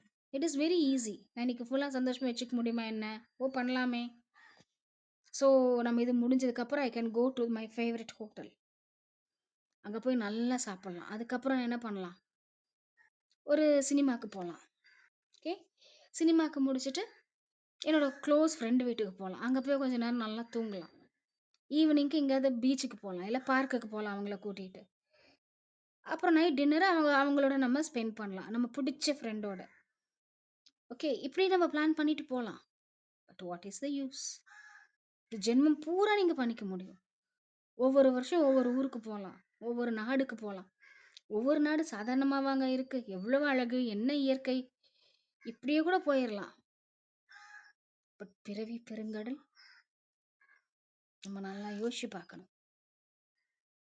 அதனால தான் என்ன ஆகுது பாருங்க. எவ்வளவு அழகா இயற்கை சூட்சுமமா வச்சிருக்காங்க பாருங்க. ஏதோ என்ன பிடிச்சிருச்சு. சாப்பிட்டுக்கிட்டே இருக்க திகட்டிடும். Yes or no? ஸ்வீட் பிடிச்சிருக்கு சாப்பிட்டே இருக்க திகட்டிடும். காரம் எனக்கு ரொம்ப பிடிக்கும். சாப்பிட்டே இருக்க ஒரு பாயிண்ட்ல பாருங்க திகட்டிடும். காரம் அப்படிதான். ஒரு ஒரு பாயிண்ட்ல. ஒரு லிமிட்டுக்கு மேல நம்மளால சாப்பிட முடியாது. ஐயோ! அகோர பசிங்க. 10 இட்லிக்கு மேல மேக்ஸிமம் சாப்பிட முடியுமா? முடியாது. இல்லைங்களா? எல்லாத்துக்கும் லிமிட் வச்சுட்டார். ஏன் அப்படின்னா கொஞ்சம் நீ பார்க்கணும்ப்பா. இந்த பிறவி பெருங்கடல் நீ கடந்து வந்துரணும் நீ. இதே உட்காந்துட்டு என்ன பண்ணுவ இந்த ஜென்மத்துல? எப்ப நீ என்ன வந்து ரீச் பண்ணுவ? உனக்காக நான் காத்துட்டு இருக்கேன். ஏன்னா உனக்குள்ள நானு இருக்கேன். அவர் காத்துக்கிட்டு இருக்காரு. எங்க? நம்மளோட ஹிருதயத்துல அவர் காத்துக்கிட்டு இருக்கார். என்ன பண்ணணும்? நம்மளோட ஹிருதயத்தை பார்த்து அவரோட திருவடியை இறுக்கி பிடிக்கணும். பிடிச்சு அவரோட புகழை பாடிக்கிட்டே இருக்கணும். ரொம்ப சிம்பிள் தான். அவர் நம்ம கட்டாயம் ரீச் பண்ணிட முடியும். ஏன் அப்படின்னா வழி காற்றவும் அவர்தான், காத்துட்டு இருக்கிறவும் அவர்தான், அவரை நோக்கி போயிட்டு இருக்கிறதும் அவரே தான். அழகான உலகம், ஆழமான உலகம். இது நம்ம புரிஞ்சுக்கணும். கடவுள் வார்த்தையால சொல்லிட முடியாது. அவர் எப்படி வாழ்த்தணும்? வாழ்த்துக்கிட்டே இருக்கலாம். நம்மளுக்கு தெரிஞ்ச மாதிரி வாழ்த்துக்கிட்டே இருக்கலாம். தொடர்ந்து இன்னைக்கு பூரா நம்ம என்ன செஞ்சாலும் கொஞ்சம் நல்லா பிளான் பண்ணிக்கலாம். இன்னைக்கு காலையில நம்ம உட்காந்து ஒரு 10 நிமிஷம் உட்காந்து இன்னைக்கு நான் எப்படிலாம் கடவுளை உணர போறேன், என்னென்ன மாதிரி உணர போறேன், எந்த ஒரு விஷயத்த பார்க்கணும். ஆக்சிஜன். இப்ப நான் ஒரு மரத்தை பார்க்கறேன். எனக்கு எதிர ஒரு மரம் இருக்கு. ஆக்சிஜன் உற்பத்தி பண்ணிட்டு இருக்காங்க. அதுக்குள்ள கடவுள் இருக்காரு. நல்லா யோசிச்சு பாருங்க. அந்த மரத்துக்கு விருப்பு வெறுப்பெல்லாம் கிடையாதுங்க. இல்லையா? அப்ப விருப்பு வெறுப்புங்கிறது நம்ம மனசுக்குள்ள வந்துருச்சுனாவே அங்க என்ன இல்லைன்னு அர்த்தங்க. கடவுள் இல்லைன்னு தான் அர்த்தம்னு நான் நினைக்கிறேன். ஸோ நீங்க என்ன நினைக்கிறீங்க? நீங்க இந்த செஷன்ல என்ன நீங்க நினைக்கிறீங்க அப்படின்றத நான் கேட்கறதுக்கு ரொம்ப ஆவலா இருக்கேன். இந்த அருமையான வாய்ப்பை எனக்கு அளித்த பிரிட்டோ அண்ணா அவர்களுக்கும், கற்பவள்ளி மேம் அவர்களுக்கும், அவங்களுடைய குழுவினருக்கும் என்னுடைய நன்றிகளை தெரிவிச்சுக்கிறேன். நன்றி. நன்றிங்க அன்பு தங்கையே. மிகவும் சிறப்பான ஒரு பகிர்தல். திருவள்ளுவம் என்ற ஒரு நிகழ்வின் முதல் பாகத்தினை இன்று முதல் அதிகாரத்திலிருந்து துவங்கியுள்ளீர்கள். அன்பின் வாழ்த்துக்களை சொல்லரங்க சொந்தங்களாகிய அன்பு நண்பர்கள் ஒவ்வொருவருடனும் இணைந்து சரித்திரம் படைப்போம் தளம் தங்களுக்கு மனம் நிறைந்த நன்றிகளையும் வாழ்த்துக்களையும் பாராட்டுக்களையும் பகிர்ந்து கொள்வதில் பெருமகிழ்வு கொள்கின்றது. அன்பிற்கினிய நண்பர்களே, நாம் அனைவரும் இணைந்திருப்பது சரித்திரம் படைப்போம் தளம். ஒவ்வொரு வாரமும் ஒவ்வொரு தொகுப்பு, ஒவ்வொரு நாளும் ஒவ்வொரு தலைப்பு, வார இறுதியில் சிறப்பு விருந்தினரின் அழைப்பு, ஞாயிறுதோறும் நமக்கான விடுப்பு என்ற அடிப்படையில் நமது தளம் இயங்கி வருகின்றது. அவர் இசையில் இந்த வாரம் முழுக்க நாம் அஞ்சாமை என்ற ஒரு அற்புதமான தொகுப்பின் கீழ் நமது சிந்தனைகளை செலவுபடுத்தி வருகின்றோம். அவ்வரிசையில் இன்று திருவள்ளுவம் என்ற தொடர் நிகழ்வின் முதல் பாகத்தினை அன்பு தங்கை திருக்குறள் புவனா அவர்கள் அற்புதமான சிறப்புரையாக அதிகாலை அன்பு பரிசாக வெகு சிறப்பாக வழங்கினார்கள். நாளை நமது தளத்தில் நமது உரிமை அறிவோம் என்ற அற்புதமான தொடர் நிகழ்வின் மற்றுமொரு பாகத்தில் ஓட்டளிப்பது சார்ந்த சட்டங்கள், அது குறித்த வழிகாட்டுதல், நமது உரிமை சார்ந்த விடயங்கள் பற்றி அன்பு ஐயா அரப்பூர் ஜாகிர் உசேன் ஐயா அவர்கள் அற்புதமான சிறப்புரை வழங்க இருக்கின்றார்கள். ஒவ்வொரு நாள் நிகழ்வுகளிலும் சரித்திரம் படைப்போம் தளத்தோடு இணைந்து பயணிக்கவும், நமது வாழ்வியல் வழித்தடங்களை இன்னும் வளப்படுத்திக் கொள்ளவும் அன்புடன் அழைக்கின்றோம். இப்பொழுது நிகழ்வின் நெறியாளுமையை தொடரவும் முதன்மை கருத்தினை வழங்கிடவும் அன்பு தோழர் கற்பகவல்லி அவர்களை அன்புடன் அழைக்கின்றோம். நன்றி. நன்றிங்க தோழர். அனைவருக்கும் வணக்கம். திருக்குறள் புவனா அவர்களுக்கு நன்றி. கடவுள் வாழ்த்து அந்த அதிகாரத்திலிருந்து எல்லா குறள்களுக்கும் ரொம்ப அழகா விளக்கம் கொடுத்து இன்றைக்கு கடவுள் அப்படிங்கிறத எப்படி அறிய முடியும் அப்படிங்கிறத ரொம்ப அழகா எடுத்து சொன்னாங்க திருக்குறள் மூலமாக. இந்த கடவுள் வாழ்த்து அதிகாரத்துல பார்த்தோம்னா நம்ம கடவுள் அஞ்சாமை அப்படிங்கிற தொகுப்புல நம்ம பார்க்கிறோம் இந்த வாரம். அஞ்சாமை அப்படிங்கிறது எப்ப வருது அப்படின்னா கடவுள் நம்ம கூட இருக்கும்போது நமக்கு அஞ்சாமை அப்படிங்கிறது வருது. நம்ம கடவுள் அப்படிங்கிறத யார் கடவுள் அப்படிங்கிறத உணரணும்னா நம்ம கடவுள் தன்மையை முதல்ல உணரணும். காலம் மாறிக்கிட்டே இருக்கும் ஆனா உண்மை மாறாது. அந்த மாதிரிதான் அகர முதல எழுத்தெல்லாம் ஆதி பகவன் முதற்றே உலகு அப்படின்னு சொல்லும்போது கடவுள் அப்படின்னா யார் அப்படின்னா அகர அப்படிங்கிற அந்த அப்படிங்கிற அகரத்துலதான் கடவுள் இருக்காருன்னு சொல்லும்போது குவாண்டம் சயின்ஸ்லயும் அதை தான் சொல்றாங்க. அதிர்வுகளால் தான் இந்த உலகம் உருவாகி இருக்கிறது அப்படிங்கிற இந்த உருவாகி இருக்குன்னு சொல்றாங்க. அதனால முழுக்க இந்த குவாண்டம் சயின்ஸ் அப்படிங்கிறதும் நம்ம இந்த திருக்குறளை கடவுள் வாழ்த்து அதிகாரத்திலையும் நம்ம பார்க்க முடியும். இந்த நம்ம எப்படி கடவுளை அணுக முடியும் அப்படின்னா வார்த்தைகள் நம்ம இப்ப இந்த திருக்குறள் மூலமாக அணுக முடியுமா அப்படின்னா அதெல்லாம் ஒரு சைன் போர்டு மாதிரி தான், நமக்கு ஒரு வழிகாட்டி மாதிரி தான் எடுத்துக்க முடியும். அப்ப நமக்கு இன்னும் வழிகாட்டி யாரு அப்படின்னு கேட்டாக்கா நம்மள இறைவன் இருக்கிறார் அப்படிங்கிறத உணரும் போதுதான் நம்மளால கடவுளை உணர முடியும். கற்றதனால் ஆய பயனென்கொல் வாளறிவன் நற்றால் தொழாரெனின் அப்படிங்கிற குறள். அடுத்ததாக இந்த கற்றவர்கள் அப்படிங்கும்போது நம்ம எல்லாமே தெரிஞ்சுக்கிட்டோமா, இப்படி கடவுள் இப்படி இருப்பார் அப்படின்னு தெரிஞ்சுக்கிட்டோம் அப்படின்னாக்க அதனால என்ன பிரயோஜனம், இல்ல கற்பதனால் என்ன பிரயோஜனம் அப்படின்னா நம்ம அந்த கடவுளின் திருவடிகளை தொழ வேண்டும். அதுதான் கற்றவர்களுக்கான ஒரு இது சொல்லலாம். சைக்கலாஜிக்கல் டிராமால நம்ம பெரும்பாலும் மாட்டிக்கிறோம். அதெல்லாம் இல்லாம இருக்கும்போது மட்டும்தான் எப்பவுமே கடவுள் நம்மோடு இருப்பதை நம்மளால உணர முடியும். அத்தகைய கடவுள் எங்க இருக்காரு அப்படின்னு பார்த்தோம்னா மலர்மிசை ஏகினான் மானடி சேர்ந்தார் நிலமிசை நீடு வாழ்வார் அப்படிங்கிற மாதிரி மலர் போல அந்த கடவுள் நம்மளோட நமக்குள்ளதான் இருக்கிறார். அந்த கடவுளை தெரிஞ்சுக்கும் போது நிலை பெற்று நம்ம வாழலாம் அப்படிங்கிறாங்க. அந்த கடவுள் எங்க இருக்கார் அப்படின்னு கேட்டா அந்த இதயத்துலதான் இருக்காங்க. அததான் சொல்றாங்க அகத்துல இருக்காரு அப்படின்ட்டு. அந்த 3 மூளை இருக்கு அப்படின்னு சொல்றாங்க நமக்கு. ஒன்று நம்ம சாதாரணமா சொல்ற மூளை, 2வது அப்படின்னு சொல்றது நம்ம அந்த இதயத்துலதான் கடவுள் இருக்காங்க அப்படிங்கும்போது அந்த உணர்வுகளால் ஆனதுதான் அந்த உணர்வுகளை உருவாக்குவதும் இதயம் அப்படிங்கும்போது அந்த உணர்வுகள் மூலமாக நம்ம கடவுளை தெரிந்து கொள்ளலாம். அப்படி நம்ம தெரிஞ்சுக்கிட்டாலும் ஒரு தவறாக கத்துக்கிட்டோமோ அப்படின்னு நம்ம யோசிக்க தேவையில்லை. ஏன்னா அந்த விருப்பு வெறுப்பு எல்லாத்தையும் தாண்டி அந்த இறைவன் அப்படிங்கிறது இருக்காங்க. வேண்டுதல் வேண்டாமை இலானடி சேர்ந்தார்க்கு யாண்டும் இடும்பை இல. அந்த மாதிரி விருப்பு வெறுப்பு இல்லாத கடவுளை சேரும்போது நமக்கு எந்த துன்பமுமே இருக்காது. அடுத்த திருக்குறள் இருள் சேர் இருவினையும் சேரா இறைவன் பொருள் சேர் புகழ் புரிந்தார் மாட்டு.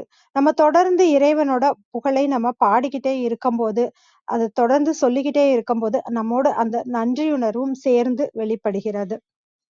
நம்ம முக்கியமாக அந்த 5 புலன்களையும் நம்ம அடக்க வேண்டும் அப்படிங்கிறது. ஆசையை கட்டுப்படுத்த முடியுமான்னா முடியாது. உதாரணத்துக்கு ஒரு காபி குடிக்கணும் அப்படின்னு நினைச்சோம்னா 1 மணி நேரம் தள்ளி போடலாம், கொஞ்சம் கம்மியா குடிக்கலாம். இப்படி தொடர்ந்து நம்ம செய்யும்போது அந்த காபி குடிக்கணும் அப்படிங்கிற எண்ணம் நம்மை விட்டு போயிடும்.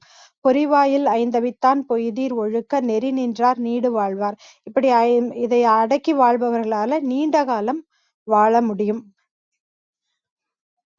தனக்குவமை இல்லாதான் தாழ் சேர்ந்தார்க்கு அல்லால் மனக்கவலை மாற்றல் அரிது. அதாவது அந்த கடவுளின் திருவடிகளை உண்மையே நம்ம இப்படிதான் விளக்க முடியும் அப்படின்றத நம்ம சொல்லவே முடியாது. இப்படி விளக்கலாம் கடவுளை அப்படின்னு. ஏன்னா அந்த உவமையே இல்ல, சொல்ல முடியாது. அதனால அந்த கடவுளோட திருவடிகளை சேரும்போது நமக்கு எந்த கவலையுமே வராது அப்படிங்கிறதையும் சொன்னாங்க. அறவாழி அந்தணன் தாழ் சேர்ந்தார்க்கு அல்லால் பிறவாழி நீந்தல் அரிது. அந்த கடவுளோட ஆழம் என்ன அப்படிங்கிறத நம்ம தெரிஞ்சுக்கணும்னா அது சொல்ல முடியாது. ஏன்னா ஒவ்வொரு விஷயமும் நமக்கு ஒவ்வொரு செயல் நடக்கும்போதும் அதற்கு ஒரு காரணம் இருக்கும். அப்ப அதற்கு ஒரு ஆழம் அதெல்லாம் இருக்கு அப்படிங்கிறத நம்ம அது காரணத்தை தெரிஞ்சுக்கும் போதுதான் உணர முடியும். கோளில் பொறியின் குணமிலவே என்குணத்தான் தாளை வணங்காத தலை. அதாவது நமக்கு காதோ கண்ணோ இருக்கு அப்படின்னா அந்த இறைவனை உணர முடியல, அந்த திருவடிகளை நம்ம அடையல அப்படின்னா இந்த கண் காது எல்லாம் இருந்தும் இல்லாதது போல. பிறவி பெருங்கடல் நீந்துவார் நீந்தார் இறைவனடி சேராதார். இந்த பிறவி அப்படிங்கிற அந்த பெருங்கடலை இன்னும் பல பிறவிகளும் இருக்கலாம். இந்த பிறவியை நம்ம நீந்தி கடக்கணும் அப்படின்னா அந்த இறைவனோட திருவடிகளை பற்றி கொள்ள வேண்டும். அப்படி இல்லை அப்படின்னா நம்ம இந்த பிறவி பெருங்கடலை நீந்த முடியாது அப்படிங்கிறத சொன்னாங்க. ரொம்ப அழகா சயின்ஸ்ல என்ன சொல்லியிருக்கு அதையும் திருக்குறள்ல சொன்ன கருத்துக்களையும் சேர்த்து கடவுள் வாழ்த்து அப்படிங்கிற அதிகாரத்துல இருக்க 10 குறள்களுக்கு அழகாக இன்றைக்கு விளக்கம் கொடுத்த திருக்குறள் போனா அவர்களுக்கு மிக்க நன்றி. விஜயகுமாரி அம்மா வணக்கம், நீங்க பேசலாம்.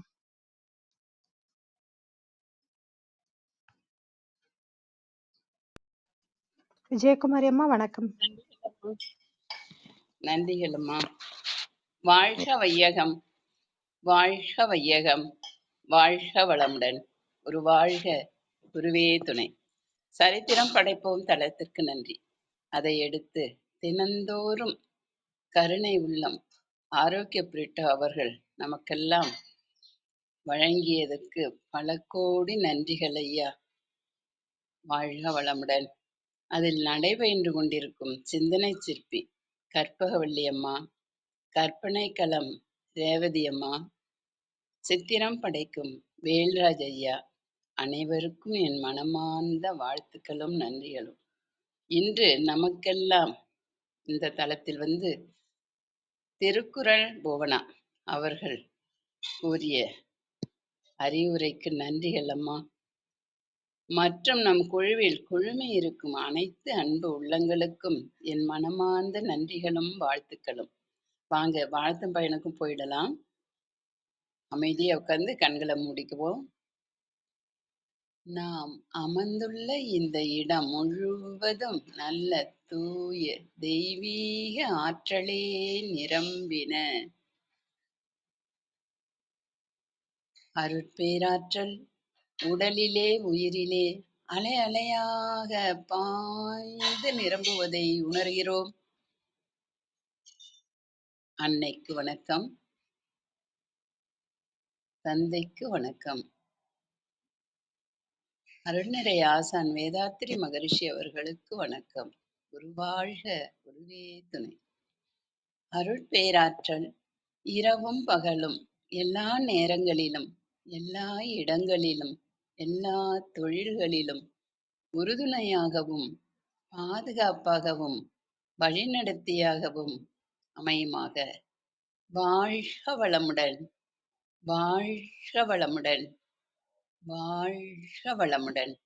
அருட்பேராற்றல் கருணையினால் இங்குள்ள அனைவரும் நல்ல உடல் நலம், நீல ஆயுள், நிறை செல்வம், உயர் புகழ், மெய்ஞானம் பெற்று சிறந்தோங்கி வாழ எல்லாம் வல்ல இறைநிலையோடு இணைந்து வாழ்த்தி மகிழ்கின்றேன். வாழ்க வளமுடன், வாழ்க வளமுடன், வாழ்க வளமுடன். இறை பேராற்றலே பக்கத்துணையாகவும் பக்கபலமாகவும் இருந்து வழி நடத்துவாராக. நன்றிகள் அம்மா. போனா அம்மாவுக்கு எனக்கு மனமார்ந்த நன்றிகள் அம்மா. இறைவனை பத்தி எவ்வளோ தெளிவா இவ்வளோ காலை பொழுதுல எங்களுக்கெல்லாம் எடுத்து சொன்னீங்கம்மா. இந்த மாதிரி ஒவ்வொருவரும் நம்ம வந்து கடவுள் எங்க இருக்கிறாருன்னு முதல்ல உணரணும். அது உணர்றதுக்கு நம்ம என்ன செய்யணும், எப்படியெல்லாம் இருக்கணும், நம்ம வந்து கடவுளை உணர்ந்துட்டா நமக்கு என்ன மன பக்குவம் வரும்.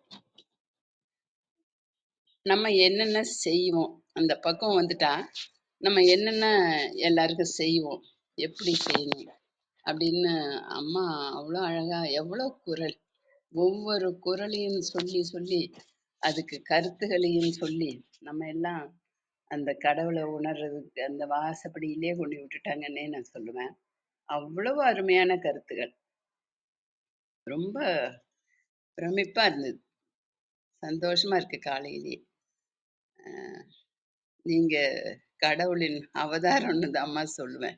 இவ்வளவு காலையில நீங்க வந்து சொன்ன அந்த கருத்துகள் எங்களுக்குள்ள எல்லாம் போயிட்டு நாங்க இன்னும் கடவுளை எப்படி உணரணும், கடவுள் கடந்து உள்ளே செல் அப்படின்னு அழகா அற்புதமா சொல்லிட்டீங்கம்மா. நன்றிகளம்மா. அந்த கடவுளை உணர்ந்த பிறகு நம்ம எப்படி இருப்போம்? ஆ, இன்பம், துன்பம், வறுமை, இன்னும் நிறைய இருக்கு. அது எல்லாம் நமக்குள்ள வருமா அப்படின்னா வரவே வராது. இதுதான் உண்மை. எவ்வளோ கஷ்டங்கள் வந்தாலும், எவ்வளோ இன்பங்கள் வந்தாலும், நம்ம வந்து அனுபவிக்கிறது வந்து அந்த ஒரே உணர்வு தான். என்ன வந்தாலும் அதை ஜெயிச்சு போயிட்டே இருக்கலாம். அதுதான் அம்மா அவ்வளோ பக்குவமா எடுத்து சொன்னாங்க.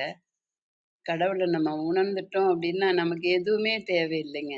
நம்ம எதுவுமே தேவையில்லை அப்படின்னா அந்த எப்படி நம்ம பொறாமைப்படுறது, அடுத்தவங்கள பார்த்து போட்டி போடலாம், ஆனா பொறாமைப்படக்கூடாது. அதுதான் அந்த கருத்து. அது மாதிரி நிறைய விஷயங்கள் நம்ம அந்தந்த இப்ப ஒரு வேண்டாத ஒரு செயல் நடக்குது, அதான் ஒரு சண்டை சச்சரவே நடக்குதுன்னா அந்த இடத்துல நம்ம எப்படி இருக்கணும் அப்படின்னு சொல்லி கடவுள் வந்து நமக்கு உணர்த்திடுவாங்க. நம்ம உணரும் பொழுது நம்ம என்ன பண்ணுவோம் அப்படின்னா அமைதியாயிடுவோம். அந்த அமைதி நிலை எப்ப வரும், எப்படி வரும்னா அந்த கடவுளை உணர்ந்த பிறகுதான் வரும். அது தெள்ளத் தெளிவா அம்மா சொன்னாங்க. அந்த உணர்ந்தவங்களுக்கு தெரியும். அந்த கடவுளை உணர்ந்த பிறகு அந்த கடவுள் மூலியமா நம்ம எவ்வளோலாம் அனுபவிக்கிறோம். ஆனா இதுல இவ்வளோ இருக்கா அப்படின்னு உணர்வு வரும். அந்த உணர்வு வந்த பிறகு நம்ம வந்து அடுத்தவங்களுக்கு என்னெல்லாம் செய்யணும் அப்படிங்கிற அந்த பக்குவ நிலை வரும். எல்லாமே வந்து இந்த கடவுளை உணர்ந்த பிறகு வர்ற நிலைதாங்க நம்ம வாழ்க்கை முறை. அப்படி நெறிப்படுத்தி நம்ம வாழ்ந்தோம்னா நமக்கு எதுவுமே தேவையில்லை. இறைவன் நமக்கு கொடுத்துக்கிட்டே இருப்பார். நம்ம கேட்கவே வேணாம். நிறைய இருக்கு. அதனால நம்ம கடவுளை முதல்ல உணர்வோம். நம்மளால முடிஞ்சதை அடுத்தவங்களுக்கு கொடுப்போம். அது நல்லதாவே கிடைக்கணும், நல்லதாவே கொடுக்கணும். இறைவனை முதல்ல உணருங்க. உணர்றதுக்கு நான் என்னுடைய அம்மா சொன்னாங்க நிறைய கருத்து. திருவள்ளுவர் குறள் பத்தி எடுத்து சொல்லி சொன்னாங்க. நானும் அதை உணர்ந்தம்மா. இப்ப மகிழ்ச்சி கருத்துப்படி எப்படின்னா கண்களை மூடி காலையில எழுந்து வாழ்க வைய உலகத்தை வாழ்த்துங்க, உங்களை வாழ்த்துங்க. அப்படியே அமைதியா உட்கார்ந்து கண்களை மூடுங்க. ஒரு கண்களை மூடி ஒரு நிலை, அந்த நெற்றி மையப்பகுதியை உணருங்க. அப்படியே உட்காருங்க. ஒரு 4-5 நாளைக்கு உட்கார முடியாது. அப்படியே நிறைய நினைவு அலைகள் வந்து நம்மளை வந்து தடுக்கும். அது என்னன்னா நம்ம செய்த கர்மா, வினைகள், வினைப்பதிவு. அதையும் மீறி நம்ம வந்து உட்காரணும். ஒரு 4-5 நாள் ஆயிட்டா ஒண்ணு ஒண்ணா அப்படியே குறைஞ்சிக்கிட்டே வரும். அதுக்கப்புறம் அந்த கடவுளை உணர்ந்துடலாம். இதுதான் உண்மை. உணர்ந்த பிறகு நம்மளுக்கு வரும் பாருங்க ஒரு சந்தோஷம், ஒரு பூரிப்பு. வாழ்க்கையில எதுவுமே வேணாங்க. அந்த உணர்ந்த அந்த பக்குவ நிலையில நான் சொல்றேன். நான் வந்து கடவுள் இல்ல, மகரிஷி தான் எனக்குள்ள இருந்து எல்லாமே உங்களுக்கு சொல்லி கொடுத்துட்டு இருக்காங்கன்னு தான் நான் சொல்லுவேன். நான் வெறும் கருவிதான். அப்ப இத உணர்த்தும் பொழுது நம்ம வந்து உணரணும். அதுதான் இங்க வந்து பேசுறவங்க, சொல்லி கொடுக்குறவங்க எல்லாருமே உணர்த்துறாங்க நமக்கு. நம்ம அது உள்ள போயிட்டு உணர்ந்து நம்ம நம்ம வாழ்க்கையில வந்து செயல்படுத்தணும். அதுதான் அவங்களுடைய ஆதங்கமே. நம்மள நம்ம வந்து ஒரு 4 பேரை வாழ்த்துவோம். வாழ்த்த கூட நமக்கு கஷ்டம் இல்லைங்க. அந்த அடுத்தவங்கள நம்ம வந்து அவங்க துன்ப நிலையில இருக்காங்க அப்படின்னு கேள்விப்பட்ட உடனே அவங்கள நினைச்சு அப்படியே மனமாற நம்ம வாழ்த்தும் பொழுது அந்த வாழ்த்து வான்காந்தத்துல பதிஞ்சு அப்படியே நேரா அவங்களுக்கு போய் சேரும். இதுதான் அந்த உண்மை நிலை. அந்த மாதிரி எல்லாருமே ஒவ்வொருத்தவங்களும் அடுத்தவங்கள நினைச்சு வாழ்த்தி அவங்கள வழிபடுத்தோம் அப்படின்னா நமக்கு வாழ்க்கையில என்னங்க அப்புறம் அவங்களுக்கும் கிடைக்கிறது கிடைச்சிடும். அதனால எங்க போனாலும் அம்மா சொன்ன மாதிரி கடவுளை உணர்ந்து அடுத்தவங்கள வாழ்த்துவோம். நம்ம பெற்ற அந்த இன்பத்தை அடுத்தவங்களுக்கு கொடுப்போம். நம்ம கிட்ட கொடுக்கறதுக்கு தகுதி இல்ல, ரொம்ப ஏழையா இருக்கிறோம் அப்படின்னா கூட ஒரு மரத்தடியில உட்கார்ந்து ஒரு 10 பேரை நினைச்சு வாழ்த்துவோம். வாழ்த்த வாழ்த்த வாழ்த்த அந்த வான்காந்த அலையில போய் சேர்ந்து நம்ம யார் யாரை வாழ்த்துறோமோ அவங்களுக்கு எல்லாம் போய் சேரும். காலையில எழுந்ததுமே வாழ்க வையகம், வாழ்க வையகம், வாழ்க வையகம் அப்படின்னு வாழ்த்தும்போது அதுல எவ்வளவு இருக்கு பாருங்க. வையகத்தையே வாழ்த்திடுறோம். அப்ப உலகத்தையே நம்ம வாழ்த்துறோம். எதையும் பலனை எதிர்பார்க்க கூடாது. நம்ம நமக்கு வேணுங்கிறத இறைவன் கொடுத்துருவாரு. நம்ம கேட்கவே வேணாம். எனக்கு இது வேணும், அது வேணும், இவ்வளவு வேணும், அவ்வளவு வேணும், வேணாம். அப்படிலாம் இருந்து அமைதி நிலையில இருந்து நீங்க வாழ்த்துங்க. அப்படிலாம் சொல்லி பாருங்க. எவ்வளவு பேரு கிடைக்கும் தெரியுங்களா? எவ்வளவு கஷ்டம் வந்தாலும் கஷ்டம் இல்லாம இருக்காது. அப்படி இருக்கும் பொழுது கஷ்டம் வரும். ஆனா அதுல இருந்து எப்படி நம்ம விலகி இருக்கலாம் அப்படிங்கிற அந்த புரிதல் வரும். அதுதாங்க அந்த கடவுளை உணர்ந்த அந்த உணர்வு. அம்மா சொல்ல சொல்ல எனக்கு ரொம்ப டீப்பா உணர்ந்தம்மா. நீங்க ரொம்ப நன்றிகள் அம்மா. நீங்க இவ்வளவு காலையில ஒரு இந்த கருத்தை கடவுளை உணர்ந்துட்டா எல்லாமே கிடைக்கும் அப்படிங்கிற அத முன் வச்சதுக்கு மனமார்ந்த நன்றிகள் அம்மா. நீங்களும் உங்கள் அன்பு குடும்பமும் உங்களுடைய இந்த செயலும் இன்னும் இன்னும் உலகம் ஃபுல்லா பரவி எல்லாரும் நலம் பெற வேண்டும் அப்படின்னு நான் வாழ்த்து மகிழ்கிறேம்மா. நீங்களும் உங்கள் அன்பு குடும்பமும் நல்ல உடல் நலம், நீல ஆயுள், நிறை செல்வம், உயர் புகழ், மெஞ்ஞானம் பெற்று சிறந்தோங்கி வாழ வேண்டும். வாழ்க வளமுடன், வாழ்க வளமுடன், வாழ்க வளமுடன். நன்றிகள் அம்மா. நீங்க மீண்டும் மீண்டும் இந்த தளத்துக்கு எங்களுக்கு எல்லாம் இதை எடுத்து இன்னும் சொல்லி கொடுக்கணும்மா. நன்றிகள் அம்மா. உங்கள் அன்பான வாழ்த்துக்கும் கருத்துக்களுக்கும் மிக்க நன்றிங்கம்மா. ரேவதி வணக்கம், நீங்க பேசலாம். வணக்கம் வள்ளி, நான் பேசுறது கேக்குதுங்களா? தெளிவா இருக்கு, தொடருங்க. நன்றிங்க வள்ளி. வணக்கம் அனைவருக்கும். இன்னைக்கு ஒவ்வொரு விஷயம் ரொம்ப அழகா இறைநிலையை பத்தி புவனா அவர்கள் ரொம்ப அழகா சொன்னாங்க. அதுல முக்கியமா ஒரு விஷயம் சொன்னாங்க, இறைநிலை எப்படி தோன்றுனா ஒரு அதிர்வுனாலதான் தோன்றுச்சு அப்படின்னு சொல்லி குறிப்பிட்டாங்க. அதான் வேதாத்திரி மகரிஷி ஐயாவும் சொல்லுவாங்க, அழுத்தம் எனும் உந்தாற்றல் ஒன்றை கொண்டே அணுமுதலாய் அண்ட கோடி அனைத்தும் ஆக்கி அப்படின்னு சொல்லுவாங்க.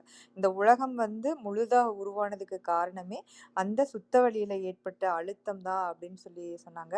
அதே போல நம்ம இதுல படிச்சிருக்கோம், நியூட்டன்ஸ் லா சொல்லிருக்கு, அதாவது ஒரு ஆற்றலை அழிக்கவோ ஆக்கவோ முடியாது, ஒரு ஆற்றலிலிருந்து இன்னொரு ஆற்றலாக மாற்றலாம் அப்படின்னு சொல்லி நம்ம படிச்சிருக்கோம். அது மாதிரி அவங்க ரொம்ப அழகா ஆன்மீகத்தையும் அறிவியலையும் கம்பேர் பண்ணி நிறைய விஷயங்கள் சொன்னாங்க. அவங்க சொன்ன நிறைய விஷயங்கள் நம்மளுக்கு இருந்த கேள்வியாவே அவங்களுக்கு இருந்தது. ஏன்னா நிறைய இந்த காலத்துல குற்றங்களை பார்க்கல, எப்படி இப்படி எல்லாம் இருக்குன்னு சில குற்றங்களை நம்மளால ஜீரணிச்சுக்கவே முடியாத நிலையிலும் அவங்களுக்கும் எப்படி உணவு கிடைக்குது, அவங்க எப்படி சாப்பிட்றாங்கன்னு சொல்லி அதை கற்பனையே பண்ண முடியல அப்படிங்கிறதையும் சொன்னாங்க. இது போல நிறைய விஷயங்கள் இருக்கு. அது முக்கியமா இது எல்லாத்துக்கும் நம்ம இறைநிலை சொல்லணும்னா இப்போ விஜயம்மா சொல்ற மாதிரி தான் நம்ம முழுக்க முழுக்க அந்த வாழ்த்துதல் அப்படிங்கிறது, நம்ம என்னதான் ஒவ்வொரு உடலாக தனித்தனியாக இருந்தாலும் நம்மள அறியாம ஒரு மேக்னெட்டிக் வேவால நம்ம இணைக்கப்பட்டிருக்கோம். அந்த காந்த ஆற்றல்ங்கிறது ஒவ்வொரு தடவையும் நம்ம அவங்கள வாழ்த்தையில அந்த பதிவுகள் அவங்களுக்கும் சரி நம்மளுக்கும் சரி சென்றடையும். இது ஒரு நல்ல மாற்றங்களை ஏற்படுத்தும். அதுவும் முக்கியமா நன்றி உணர்வு அப்படிங்கிறது ஒரு பெரிய மாற்றத்தை ஏற்படுத்தும். எந்த சூழ்நிலைகள் நம்மளுக்கு எதிராக இருந்தாலும் முழு நன்றியுணர்வோட ஒவ்வொரு விஷயத்தையும் அணுகில வந்து நம்மளுக்கு வாழ்க்கையே ஒரு நமக்கு மட்டும் இல்லாம நம்மளுக்கு சுத்தி இருக்கிறவங்களுக்கும் ஒரு பெரிய மாற்றத்தை ஏற்படுத்தும். ரொம்ப அழகா வந்து இறைநிலை பத்தி விளக்கம் சொன்னாங்க. மிக்க நன்றிங்க புவனா. மிக்க நன்றி அனைவருக்கும். உங்கள் அன்பான வாழ்த்துக்கும் கருத்துக்களுக்கும் மிக்க நன்றி. விந்தியா கௌரி அம்மா வணக்கம், நீங்க பேசலாம்.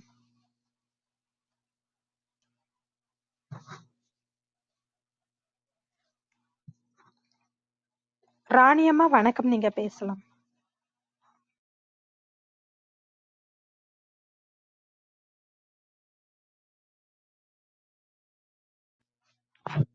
ராணி அம்மா,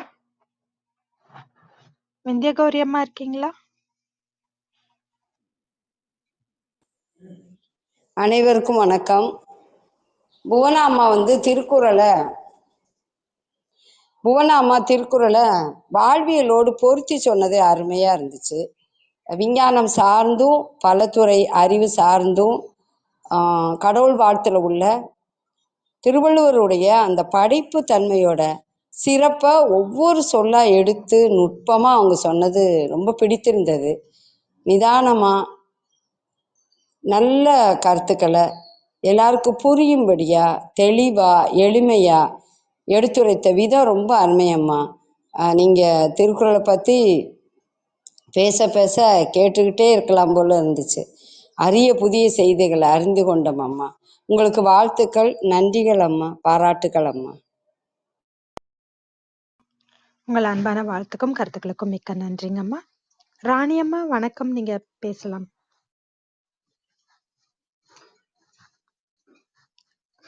தியாகராஜனையா வணக்கம், நீங்க பேசலாம்.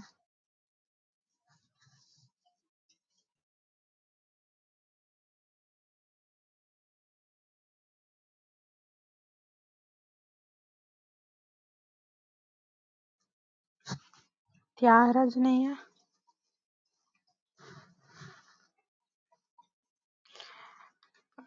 வேறு யாருக்காவது கருத்துக்கள் இருந்தா பகிரலாம். தியாகராஜனையா இருக்கீங்களா?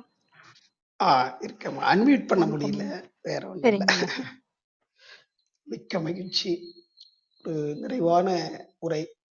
இடையில கேட்டாலும் தன்னுடைய பேருக்கு முன்னாடி திருக்குறளை இணைத்து கொண்டு அந்த ஈரடி கவிதை போலவே அவங்களுடைய உரையும் மிக சிறப்பாக இருந்துச்சு. முதல்ல அந்த மலர் மிசை ஏகினான் தனக்கோமை இல்லாதான் தாழ் சேர்ந்தார்கல்லால் மனக்கவலை மாற்றுவது. அதாவது அந்த அகர முதல எழுத்தெல்லாம் தொடங்கி அந்த திருக்குறளுடைய தன்மைகளை இறைவனுடைய திருவடியை பற்றி கொள்ள வேண்டும் என்று சொன்னாங்க. இப்ப திருவடி என்று சொல்லும்போது திருவடினா என்ன அப்படிங்கிறத எல்லாருமே புரிந்து கொள்ளணும். அது எந்த அளவுக்கு புரிந்திருக்கிறோம் என்பது அவரவருக்கே தெரியும். குருவர்கள் இல்லாம அந்த திருவடி உணர முடியாது. அது நம்ம உடல்ல இருக்கக்கூடிய ஒரு உறுப்பு போல பாதம்னு நினைச்சிடக்கூடாது. அது ஒரு அருவமான ஒரு தெய்வீக ஒரு நிலை. அதை பற்றி கொள்ள வேண்டும். எதை பற்றி கொள்வது என்பதும் தெரிந்து கொள்ளணும். அதே மாதிரி மலர்மிசை ஏகினான்னா மலர்ச்சி பெற்று இயங்கிக் கொண்டிருக்கின்ற இந்த உலகங்கள் உயிர்கள் எல்லாம் இருந்தது அந்த வெளிக்குள்ளதான். அதுல இருந்த அந்த அதிர்வுனாலதான் பஞ்சபூதங்களாக மாற்றம் பெற்று இன்னைக்கு உலகங்களாக உயிர்களாக வந்திருக்குன்னா எல்லாமே அதுக்குள்ள அடங்கி இருந்தது. அரூபமான அந்த அகரத்திலிருந்து தொடக்கம்தான். பகுனாவே பகுத்து பகுத்து பார்த்தாலும் எத்தனையோ ஜீவராசிகளை பார்க்கிறோம். ஒரே ஜீவராசிலேயே எத்தனை பிரிவுகள் இருக்கு பாருங்க. அது மாதிரி உலகங்கள் இன்னைக்கு நம்ம பூ உலகம் மட்டும் நமக்கு சூரிய குடும்பத்துல தெரியுது. இது போல எத்தனை உலகங்கள் இருக்குன்னு தெரியாது. ஆனா இருக்கும். இந்த பிரபஞ்சத்துல எங்கெங்க என்னென்ன ஜீவராசிகள் இருக்குன்னு படைச்சவனுக்கு தெரியும். அப்ப படைச்சவன் யாரு அப்படின்னு பார்க்கும்போது அவன் நமக்குள்ளே இருக்கிறான். அந்த பரம்பொருளோடு நம்முடைய மனதை இணைத்து கொண்டு அந்த நீக்கமர நிறைந்த தன்மையில இருந்து பார்க்கும்போது எல்லாமே நமக்கு உணர்வாக கிடைக்கும் என்ற அளவுல ஞானிகளும் மகான்களும் அதுக்குரிய தீட்சை முறைகளை, அதாவது உபதேச முறைகளை நமக்கு கொடுத்திருக்கிறார். இப்ப திருக்குறள்ல உள்ளத உள்ளபடி அப்படியே தெளிவாக இது மறை விளக்க நூல் தான். இத வாழ்வியலோடு பொருத்தி நம்ம அன்றாட கடமைகளை செய்து கொண்டு வரும்போது எல்லாமே நமக்கு தெரியும். இறைவனே அனைத்துமாகி இருக்கிறான்னு சொல்லும்போது உறவுகளாக, நட்புகளாக எல்லாமே இருக்கிறது யாரு? இறைவன் தானே. அப்ப இறைவனுக்கு தொண்டு செய்யணும்னா பெத்த தாய் தந்தையருக்கு, மனைவி மக்களுக்கு செய்யக்கூடிய தொண்டு இறைவனுக்கு செய்யக்கூடிய தொண்டு தான். முதல்ல குடும்ப தொண்டை சரியாக செய்து சமுதாய தொண்டாற்ற வரலாம். சமுதாயத்தை பார்க்க போறேன்னு குடும்பத்தை விட்டுறக்கூடாது. குடும்பத்தை பார்க்கிறேன், சமுதாயத்தை பார்க்கிறேன்னு நமக்கு நாமே செய்து கொள்ளக்கூடிய அடிப்படையான விஷயங்களை செய்ய மறந்துடக்கூடாது. தன்னுடைய உடலை கெடுத்துக்கொண்டு எப்படி செய்யும்? கடைசி பாடல் ஒன்று வரும் பாருங்க, அந்த பிறவி பெருங்கடல் நீந்துவர் நீந்தார் இறைவனடி சேராதார். அப்ப பிறவி பெருங்கடல் நீந்துவர், நீந்தி ஆகணும் இறைவன் திருவடியை சேரணும்னா. ஆனா அதுக்கு 2 வழி உண்டுன்னு சொல்லிட்டு திருமூல நாயனர் சொல்லுவார். திளைக்கும் வினைக்கடல் தீர்வொரு தோணி இளைப்பினை நீக்க 2 வழி உண்டு, கிளைக்கும் தனக்கும் அக்கேடில் முதல்வன் விளைக்கும் தவம் அறம் மேற்றுணையாம் என்று. அப்ப தவம் அறம் இந்த தோணியை பிடிச்சுக்கிட்டா போதும். அதை கொடுக்கிறவங்க குருமார்கள். குருமார்களை பற்றி கொண்டாவே போதும், அவங்க கரை சேர்த்துருவாங்க நம்மளை. அதனால திருவள்ளுவ நாயனாரை பிடிச்சிக்கிட்டாலும் சரி, திருமூல நாயனாரை பிடிச்சிக்கிட்டாலும் சரி, எப்படியோ அந்த நாயகனை பத்தி தெரிஞ்சுக்கிட்ட இந்த நாயகர்களை நம்ம பிடிச்சிக்கிட்டாவே கரை சேர்ந்துடலாம். அற்புதமான ஒரு முயற்சி. திருக்குறளுடைய அருமைகளை பெருமைகளை வாழ்க்கையில கடைபிடித்து வாழ்வியலோடு ஒட்டி தொண்டாற்றி வரக்கூடிய அன்பு அம்மா திருக்குறள் பூனா அம்மா அவர்களை இத்தருணத்துல அவையோர் சார்பாக வாழ்த்து மகிழ்கின்றேன். அவர்களுடைய அறிவு தொண்டு, அன்பு தொண்டு, ஆன்மீக தொண்டு மென்மேலும் சுரந்தோங்க இறையர்களும் குருவர்களும் அவங்களுக்கு எப்பொழுதும் உறுதுணையாக பாதுகாப்பாக வழிநடத்துவதாக அமையட்டும். அருளோடு செல்வம் கீர்த்தி மென்மேலும் நிறைவாய் பெற்று எல்லா நல்வளங்களோடும் வாழ்க வாழ்க வாழ்க வாழ்வாங்கு பேறு 16 சிறந்தோங்கி வாழ்க்கையில எல்லா துறைகளிலும் வெற்றியும் மகிழ்ச்சியும் மனநிறைவும் பெறுவீர்களாக. மிக்க நன்றி. வாழ்க வாழ்வாங்க. நன்றிங்கம்மா. ரொம்ப மகிழ்ச்சி. உங்களுடைய தொண்டு சிறந்தவங்கட்டும். மகிழ்ச்சி. நன்றிங்க ஐயா. அருமையான விளக்கங்கள் கொடுத்தீங்க. உங்கள் அன்பான வாழ்த்துக்கும் கருத்துக்களுக்கும் மிக்க நன்றி. ராணி அம்மா வணக்கம், நீங்க பேசுறீங்க. வணக்கம்மா. சரித்திரம் போற்றும் அவைக்கு அவையினர் அனைவருக்கும் அன்பு வணக்கம். காலையில ஒரு அருமையான உரை. அவங்க சொன்ன விதம் நான்லாம் கொஞ்சம் வேகமா ஓடுவேன். எவ்வளவு அழகா பொறுமையா நிதானமா ஒரு குழந்தைய கூட வா அப்படின்னாக்கா கொஞ்சம் தயங்கி நிற்கும். இங்க வா அப்படின்னாக்கா நம்ம அருகில வரும். அது மாதிரி மென்மையாக இனிமையாக எடுத்துக்கொண்ட பொருளை இறையினுடைய அருளை பற்றி பேசும்பொழுது நம்ம குரல்லையும் அந்த அருள் வரணும், அந்த அன்பு வரணும். அந்த அன்பு கலந்து சொன்ன மாதிரி தெரிஞ்சுது எனக்கு. ரொம்ப அழகா சொன்னாங்க. நான் இடையில தான் இணைந்தேன்.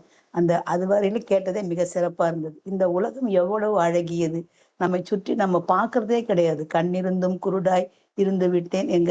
நான் படிக்கும்பொழுது என் பள்ளியில நாடகங்கள் எல்லாம் ஆசிரியர்களே பள்ளியில பணிபுரிகிற ஆசிரியர்களே நடத்துவாங்க. அது ஒரு பாட்டு ஒண்ணு வரும். கண்ணிருந்தும் குருடாய் இருந்து விட்டேன், நான் காலமெல்லாம் வீணே கழித்து விட்டேன். அது 2 வரி மட்டும்தான் எனக்கு ஞாபகம் இருக்குது. ஆனா அது ஒவ்வொரு நாள் நம்ம ஒவ்வொரு நினைத்து பார்க்க வேண்டியது. நம்மை சுற்றி எவ்வளவு இந்த உலகம் அழகியது. இறையருள் நமக்கு எப்படிப்பட்ட அழகையெல்லாம் தருது. இப்படிப்பட்ட அழகான ஒரு உலகத்தை கொடுத்த அந்த இறைவன் எவ்வளவு அழகா இருப்பான் ஒரு வினா வைத்தாங்க அவங்க.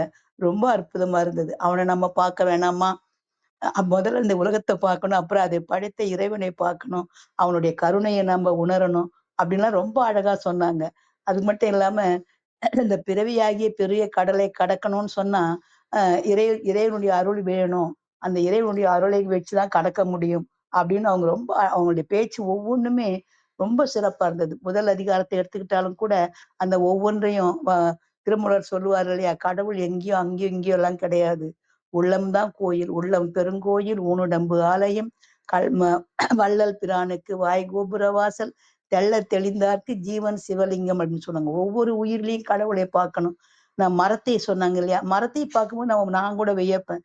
ஒவ்வொரு மரமும் நிழல் தருது, காய் தருது, பூ தருது, பழம் தருது, இதெல்லாம் நமக்கு வெளிப்படையா தெரியுது. வெளிப்படையா தெரியாதது நாம் வெளியிடக்கூடிய கார்பன் டை ஆக்சைடு எடுத்துக்கொண்டு நமக்கு அந்த உயிர் வாயுவை தருது. அந்த சமநிலையை ஏற்படுத்தலைன்னா, அதனாலதான் மரங்கள் வளர்ந்தா மழை வரும்ன்றதுல மழை வரும், பலன் கிடைக்கும்ன்றதை விட இந்த காற்றினுடைய சமநிலையை சமன்படுத்துறதுல தாவரங்கள் இல்லைன்னா, அதனாலதான் சொல்லுவாங்க, மனிதன் இல்லைன்னா கூட தாவரங்கள்லாம் வாழும், ஆனா தாவரங்கள் இல்லைன்னா உலகில எந்த உயிர்களும் வாழ முடியாதுன்னு சொல்லுவாங்க. அதை ரொம்ப அழகா குறிப்பிட்டாங்க. வெறும் பற்பேர் எனக்கு சட்டுன்னு இப்பது, அதாவது இதெல்லாம் குறிச்சு வைக்கணும், சொல்லுவேனே தவிர செய்யறது கிடையாது. வள்ளுவர் சொல்ற மாதிரி கனவினும் இன்னாது மண்ணும் சொல் வேறு வினை வேறு பட்டார் துயர் அப்படின்ற மாதிரி சொல்றேன், செய்யவே மாட்டேங்கிறேன், உடனே ஒத்துழைக்க மாட்டேங்குது, அதான் நினைக்கிறேன். நன்றி. ஆனா நான் ரொம்ப நல்லா இருந்தது, நான் கேட்ட வரைக்கும் ரொம்ப நல்லா இருந்ததுமா. இந்த சின்ன வயசுல இவ்வளவு அழகா ஆழமான கருத்துக்களை கொடுத்து சொன்னது ரொம்ப சிறப்பா இருந்தது. ஏனோ தெரியல, எனக்கு ஒரு பாட்டு ஒண்ணு ஞாபகம் வந்து, அந்த பாட்டு இது பொருந்தாது இருந்தாலும் கூட நான் பாக்குறேன். அதாவது கடவுள் தான் இந்த உலகத்தை படைச்சாரு இல்லையா, அந்த பாட்டுடைய கடைசி வரி ரொம்ப அழகா இருக்கும். ஆண்டவன் ஒரு நாள் கடை விரித்தான், அதில் ஆயிரம் ஆயிரம் பொருள் குவித்தான், அவரவர் நிலைமைக்கு விலையை சொன்னான், அவரவர் தேவைக்கு வாங்க சொன்னான். எல்லா வகையான பொருள் நம்ம இங்கிருந்து வரும்போது எதையுமே நான் கொண்டு வரல, கொண்டு போறதும் இல்லை. ஆனால் இறைவன் எல்லாவற்றையும் நமக்கு இங்க கொடுத்திருக்கிறான். நாம் எதை எடுத்துக்கொள்கிறோமோ நமக்கு எது தேவையோ அதை நம்ம எடுத்துக்கணும். நம்ம பெரும்பாலான நேரங்கள்ல நம்முடைய தேவையை விட்டுட்டு சொல்லுவாங்க ஊர்ல பழமொழி, வந்த வேலையை விட்டுட்டு பந்தக்காலை பிடிச்சிக்கிட்டு நிக்கிறான் பாரு அப்படின்னுட்டு. அது மாதிரி நமக்கு எதை தேவையோ அதை எடுக்காம எதையோ தேடுவோம். அதுதான் அந்த பாட்டுல கண்ணதாசன் சொல்லியிருப்பாரு. ஆண்களோ பெண்களோ அழகை வாங்க வந்தார், ஆண்களோ ஆசையை வாங்க வந்தார், புலவர்கள் பொய்களை வாங்கி கொண்டார், தலைவர்கள் புகழினை வாங்கி கொண்டார். அப்புறம் புலவர்கள் குருடர்கள் பார்த்திட விழி கேட்டார், ஊமைகள் பேசிட மொழி கேட்டார், உறவினர் மாண்டவர் உயிர் கேட்டார், ஒரு சிலர் மேலுக்கு விலை கேட்டார். உண்மையிலேயே நம்ம மேலுக்கு விலை கேட்டு சும்மா பார்த்துட்டு மட்டும் போற மாதிரி இருக்கணும். இறையருள் எங்கெல்லாம் பொதிந்திருக்குது, அதை நம்ம எப்படி பயன்படுத்தணும், எவ்வாறு வாழ்க்கையில உயரணும் அப்படின்ற நினைவே நமக்கு வர்றதில்லை. அது ரொம்ப அந்த உணர்வை இந்த உரை தூண்டின மாதிரி இருந்ததுன்னு நினைக்கிறேன். அந்த பாட்டுல இறுதி சரணம் தான் ரொம்ப நல்லா இருக்கும். எதையும் வாங்கிட மனிதர் வந்தார், விலை என்னவென்றாலும் அவர் தந்தார், எதையும் வாங்கிட மனிதர் வந்தார், விலை என்னவென்றாலும் அவர் தந்தார், இதயம் என்பதை விலையாய் தந்து அன்பை வாங்கிட எவரும் இல்லை, இதயம் என்பதை விலையாய் தந்து அன்பை வாங்கிட எவரும் இல்லை. முடியும். வள்ளுவரை அழகா சொல்லுவார் இல்லையா, அன்பின் வழியது உயிர்நிலை. இந்த உலகத்து வாழ்க்கை உள்ள உயிர்கள் எல்லாத்துக்கும் அன்புதான் அடிப்படை. எல்லாம் அது ஆமா, ஓரறிவு முதல் 6 அறிவு வரை உள்ள எல்லா உயிர்களுக்குமே அன்புதான் அடிப்படை. அந்த அன்பின் வழியில அதான் அன்பின் வழியது உயிர்நிலை, அகுதியிலார்க்கு என்பதோல் போர்த்த உடம்புன்னு வள்ளுவர் அன்பை வலியுறுத்துவாரு. அந்த அன்பின் வழிபட்ட வாழ்க்கை தான் இன்பமான வாழ்க்கையா இருக்கும். நம்ம உண்ணக்கூடிய உணவுலையோ, உடுத்தக்கூடிய உடையிலையோ, பயன்படுத்தக்கூடிய சாதனங்கள்லயோ வாழ்க்கை கிடையாது. மனம் முழுவதும் நம்ம வீடுகளை எந்தெந்த பொருளால் நிறைத்திருக்கிறது என்பதை வச்சு ஒருவனுடைய வாழ்க்கை தரத்தை நிர்ணயிக்க கூடாது. அவன் மனதுல எந்த அளவுக்கு அன்பு நிறைந்திருக்கிறத வச்சுக்கிட்டு தான் அவன் அன்பு மனிதனான்னு நினைக்கணும். அந்த அன்புடையவன் தான் உயிருடையவன். அது மாதிரி குறள்ல எத்தனையோ முத்துக்கள் தமிழ் கடல்ல குறள் என்ற முத்துக்கள் எத்தனையோ சிந்தி கிடக்குது. அதுல அழகா இந்த 10 முத்துக்களை எடுத்து நமக்கு முன்ன படைச்சிருக்காங்க திருக்குறள் புவனா அவர்கள். அவருடைய முழுமையா கேட்க முடியல என்ற வருத்தம் எனக்கு இருக்குது. இருந்தாலும் கேட்ட வரைக்கும் அமுதம் கொஞ்சமா இருந்தாலும் கூட அமுதம் தானே. அந்த அளவுக்கு மன நிறைவா இருக்குது. நீங்கள் எல்லாரும் சொல்ற மாதிரி உங்களை வாழ்த்த எனக்கு மனசும் இருக்குது, வயசும் இருக்குது. நீங்க நீண்ட நாள் இது போல, ஏன்னா நம்முடைய வள்ளுவர் வாய்மொழி நாம் இந்த உலகத்துல வாழ தேவையான எல்லா விதமான வாழ்வியல் கருத்துக்களையும் ஒரு சேர தன்னகத்தை கொண்டுள்ள ஒரு உயர்ந்த ஒப்பற்ற நூல் அது. அந்த கருத்துக்களை சொல்லிக்கிட்டே இருக்கணும். அப்பதான் கேட்கிறவங்க பலருக்கு மனிதருடைய காதுகளே பொறுத்தருங்க, கேட்பினும் கேளா தகையவே கேள்வியால் தோற்கப்படாத செவின்னு வள்ளுவர் சொல்லுவார். அது மாதிரி கேட்டுக்கொண்டே இருக்கணும். கேட்டுக்கொண்டே இருக்கும்பொழுது தான் ஏதாவது ஒரு நாளாவது அவன் உள்ளல போய் பதிந்து அவனை நெறிப்படுத்தும். இது போன்ற நல்ல கருத்துக்களை நல்ல அறிவான சிந்தனையாளர்கள்லாம் சொல்லிக்கிட்டே இருக்கணும். அதுக்கு வாய்ப்பு தருவது இந்த பேரவை. இந்த பேரவையும் வாழ்த்தி, இந்த உரையை தந்த திருக்குறள் புவனா அவர்களையும் வாழ்த்தி வாய்ப்புக்கு நன்றி கூறி விடைபெறுகிறேன். அனைவருக்கும் நன்றி. அனைவர் அன்புக்கும் நன்றி. வணக்கம். உங்கள் அன்பான வாழ்த்துக்கும் கருத்துக்களுக்கும் ரொம்ப அருமையான ஒரு பாடல், அதற்கும் மிக்க நன்றிங்கம்மா. ராமச்சந்திரன் ஐயா வணக்கம், நீங்க பேசலாம். அம்மா வணக்கம். சரித்திரம் படைப்போம் தளத்தின் அன்பு உறவுகள் அனைவருக்கும் இனிய காலை வணக்கம். அன்பு சகோதரி திருக்குறள் புவனா அவர்கள் வள்ளுவத்தில் அஞ்சாமை கடவுள் வாழ்த்து தொடர்பான அற்புதமான கருத்துக்களை இன்று காலை பொழுதில் அவருக்கே உரித்தான ஒரு இனிமையான குரலினால் அனைவரும் அதை கூர்ந்து கவனிக்கக்கூடிய வகையிலே அவருடைய உரையை நிகழ்த்தினார். சகோதரி அவர்களுக்கு நன்றிகளும் வாழ்த்துக்களும். சகோதரி அவர்கள் கூறிய அந்த குரலில் கற்றதினால் ஆய பயனொல்குள் வாளறிவன் நற்றால் தொழார் எனின் என்ற அந்த அற்புதமான குரல் மூலம் அறிவுசார் சமூகம் இக்கால சூழ்நிலையில் மிகவும் நிறைந்திருக்கின்ற காலகட்டத்தில் இந்த இறைத்தன்மையை உணர்ந்து உலகத்தில் நிகழ்கின்ற இந்த போர் பதட்டமெல்லாம் நீங்கி நம் ஐயன் வள்ளுவன் சொன்ன அந்த அற்புதமான இறைத்தன்மையை அனைவரும் ஏற்று ஒரு அமைதியான உலகச் சூழலை நாம் இந்த சமூகத்திற்கு படைத்திருவோம் என்று கூறி அம்மா அவர்களுக்கு மீண்டும் ஒருமுறை நன்றியையும் வாழ்த்துக்களையும் தெரிவித்துக் கொண்டு, ஆதலினால் இறைவனிடம் கையேந்துங்கள், அவன் இல்லை என்று சொல்லுவதில்லை, பொறுமையுடன் கேட்டு பாருங்கள், பொறுமையுடன் கேட்டு பாருங்கள், அவன் பொக்கிஷத்தை மூடுவதில்லை, இறைவனிடம் கையேந்துங்கள், அவன் இல்லை என்று சொல்லுவதில்லை. ஆசையுடன் கேட்பவர்க்கு அள்ளி தருபவன், ஆசையுடன் கேட்பவர்க்கு அள்ளி தருபவன், அல்லல் துன்பம் துயரங்களை கிள்ளி எறிபவன், அல்லல் துன்பம் துயரங்களை கிள்ளி எறிபவன், பாசத்தோடு யாவரையும் பார்க்கின்றவன், பாவங்களை பார்வையினால் மாய்க்கின்றவன், அலை முழங்கும் கடல் படைத்து அழகு பார்ப்பவன், அலையின் மீதும் மலையின் மீதும் ஆட்சி செய்பவன், தலைவணங்கி கேட்பவர்க்கு தந்து மகிழ்பவன், தரணி எங்கும் நிறைந்து நிற்கும் மகாவல்லவன், இறைவனிடம் கையேந்துங்கள், அவன் இல்லை என்று சொல்லுவதில்லை.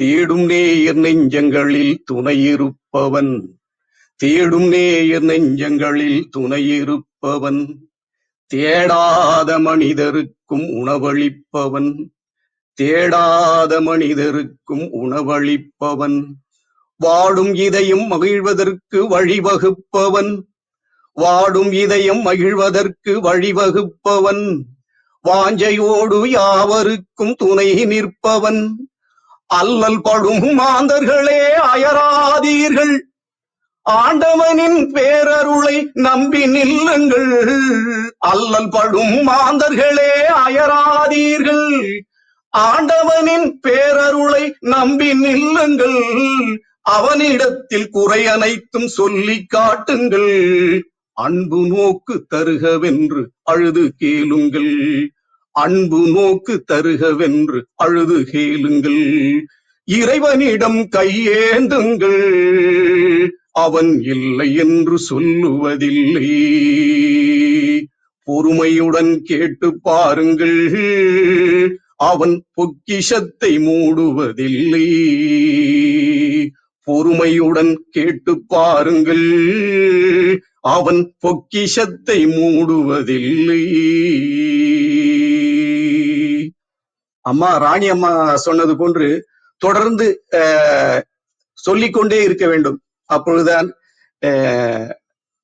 காதில் விழுந்து அந்த இறைநிலையை அடைந்து இந்த உலகம் சமாதானம் அடைந்து போர் பதட்டமற்ற ஒரு அமைதியான சூழல் நமது வருங்கால சந்ததியினருக்கு நாம் அளித்துவிட்டு செல்வோம். அம்மா புவனா அவர்கள் இது போன்று தொடர்ந்து உங்களுடைய இந்த வள்ளுவம் தொடர்பான விஷயங்களை இந்த சமூகத்திற்கு பயன்பட எடுத்துரைக்க வேண்டும்.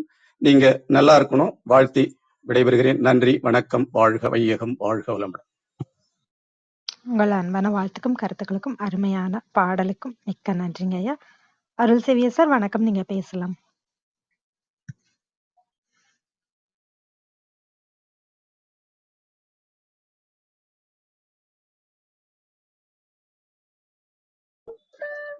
வணக்கம். வணக்கம், அனைவருக்கும் இனிய காலை வணக்கம். நீண்ட நாளுக்கு பிறகு திருக்குறள் புவனா மகிழ்ச்சி. கொஞ்சம் வண்டி ஓட்டிட்டு இருக்கனால இறங்கி நின்று பேசுறேன். சிறப்பா இருந்தது. கடவுள் வாழ்த்துல இருக்கிற 10 குறளையும் சொல்லி அவங்களுடைய யதார்த்தமான அந்த விளக்கம், யதார்த்தமான உண்மை விளக்கம் எல்லாமே அருமையா இருந்தது. சுருக்கமா சொல்ல போனா நம்ம வேற எங்கெங்கே தேடுறோம் கடவுளை, அது நமக்குள்ளதான் இருக்காரு. அது யார் மூலமாவது வெளிப்பட்டு வருவாரு. அது அன்பை சிவம் தான் எனக்கு ஞாபகம்.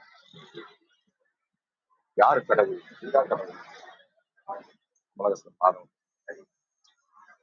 இன்னொரு உயிருக்காக நீ என்னைக்கு கண் கலங்கினியோ அப்பவே நீ கடவுளை. அந்த கடவுளுடைய பண்புகள் உன்ட்ட இருக்கு. கடவுளாக வெளிப்படுறாரு.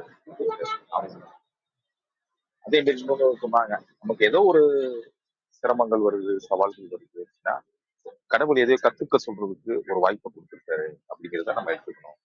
கடவுளுடைய திருவடியை நம்ம பிடிச்சிட்டோம் அப்படின்னா அவரு நம்மளை பார்த்துக்குவாரு. அதுங்கிற துக்கத்தையும் அருமையா புரிஞ்சுக்கிறதுக்கு இன்னும் நிறைய கொண்டு போலாம். சிறப்பா இருந்தது. நான் அடுத்தடுத்த அதிகாரங்களை எதிர்பார்த்து ராவலாக இருக்கிறோம். நன்றிகள், வாழ்த்துக்கள். பயணத்தில் நன்றி. உங்கள் அன்பான வாழ்த்துக்கும் கருத்துக்களுக்கும் மிக்க நன்றி. வேறு யாருக்காவது கருத்துக்கள் இருந்தா பகிரலாம். நன்றி அனைவருக்கும். புவனா அவங்க பயணத்துல இருக்கனால பேச முடியாதுன்னு நினைக்கிறேன். அதனால புவனா அவர்கள் சார்பாக நம் அனைவருக்கும் வாழ்த்துரை வழங்கிய அனைவருக்கும் கவனித்துக் கொண்டிருக்கும் அனைத்து கவனிப்பாளர்களுக்கும் மனமார்ந்த நன்றி. செந்தில்குமார் அவர்கள் இனிய நற்காலை வணக்கம், வாழ்க வளமுடன் சொல்லியிருக்காரு. சசிகலா அம்மா சிறந்த சிந்தனை உரைக்கு நன்றி, வாழ்க வளமுடன் சொல்லியிருக்காங்க. அன்புசார் அவர்களும் Thirukkural Bhuvana ma'am so many life useful insights அப்படின்னு வாழ்த்துக்களை தெரிவிச்சிருக்காரு. மிக்க நன்றி. பேச்சாளர்களாக கலந்து கொண்டு தங்கள் அன்பையும் வாழ்த்தையும் பகிர்ந்து கொண்ட ஒவ்வொருவருக்கும் நன்றி. தொடர்ந்து பொறுமையாக கேட்டுக்கொண்டிருக்கும் அனைத்து கவனிப்பாளர்களுக்கும் நன்றி. மறு ஒலிபரப்பு வாயிலாக கேட்கவிருக்கும் அனைவருக்கும் நன்றி. மீண்டும் நாளை காலை 6 மணிக்கு நமது உரிமை அறிவோம் என்ற தொடர் நிகழ்வில் ஜாகிர் ஹுசேன் ஐயாவுடன் நீங்கள் அனைவரும் இணைந்து கொள்ள வேண்டும் என்று அன்போடு கேட்டுக்கொண்டு விடைபெற்றுக் கொள்கிறோம். அனைவருக்கும் நன்றி, அனைத்திற்கும் நன்றி, ஆண்டவனுக்கும் நன்றி.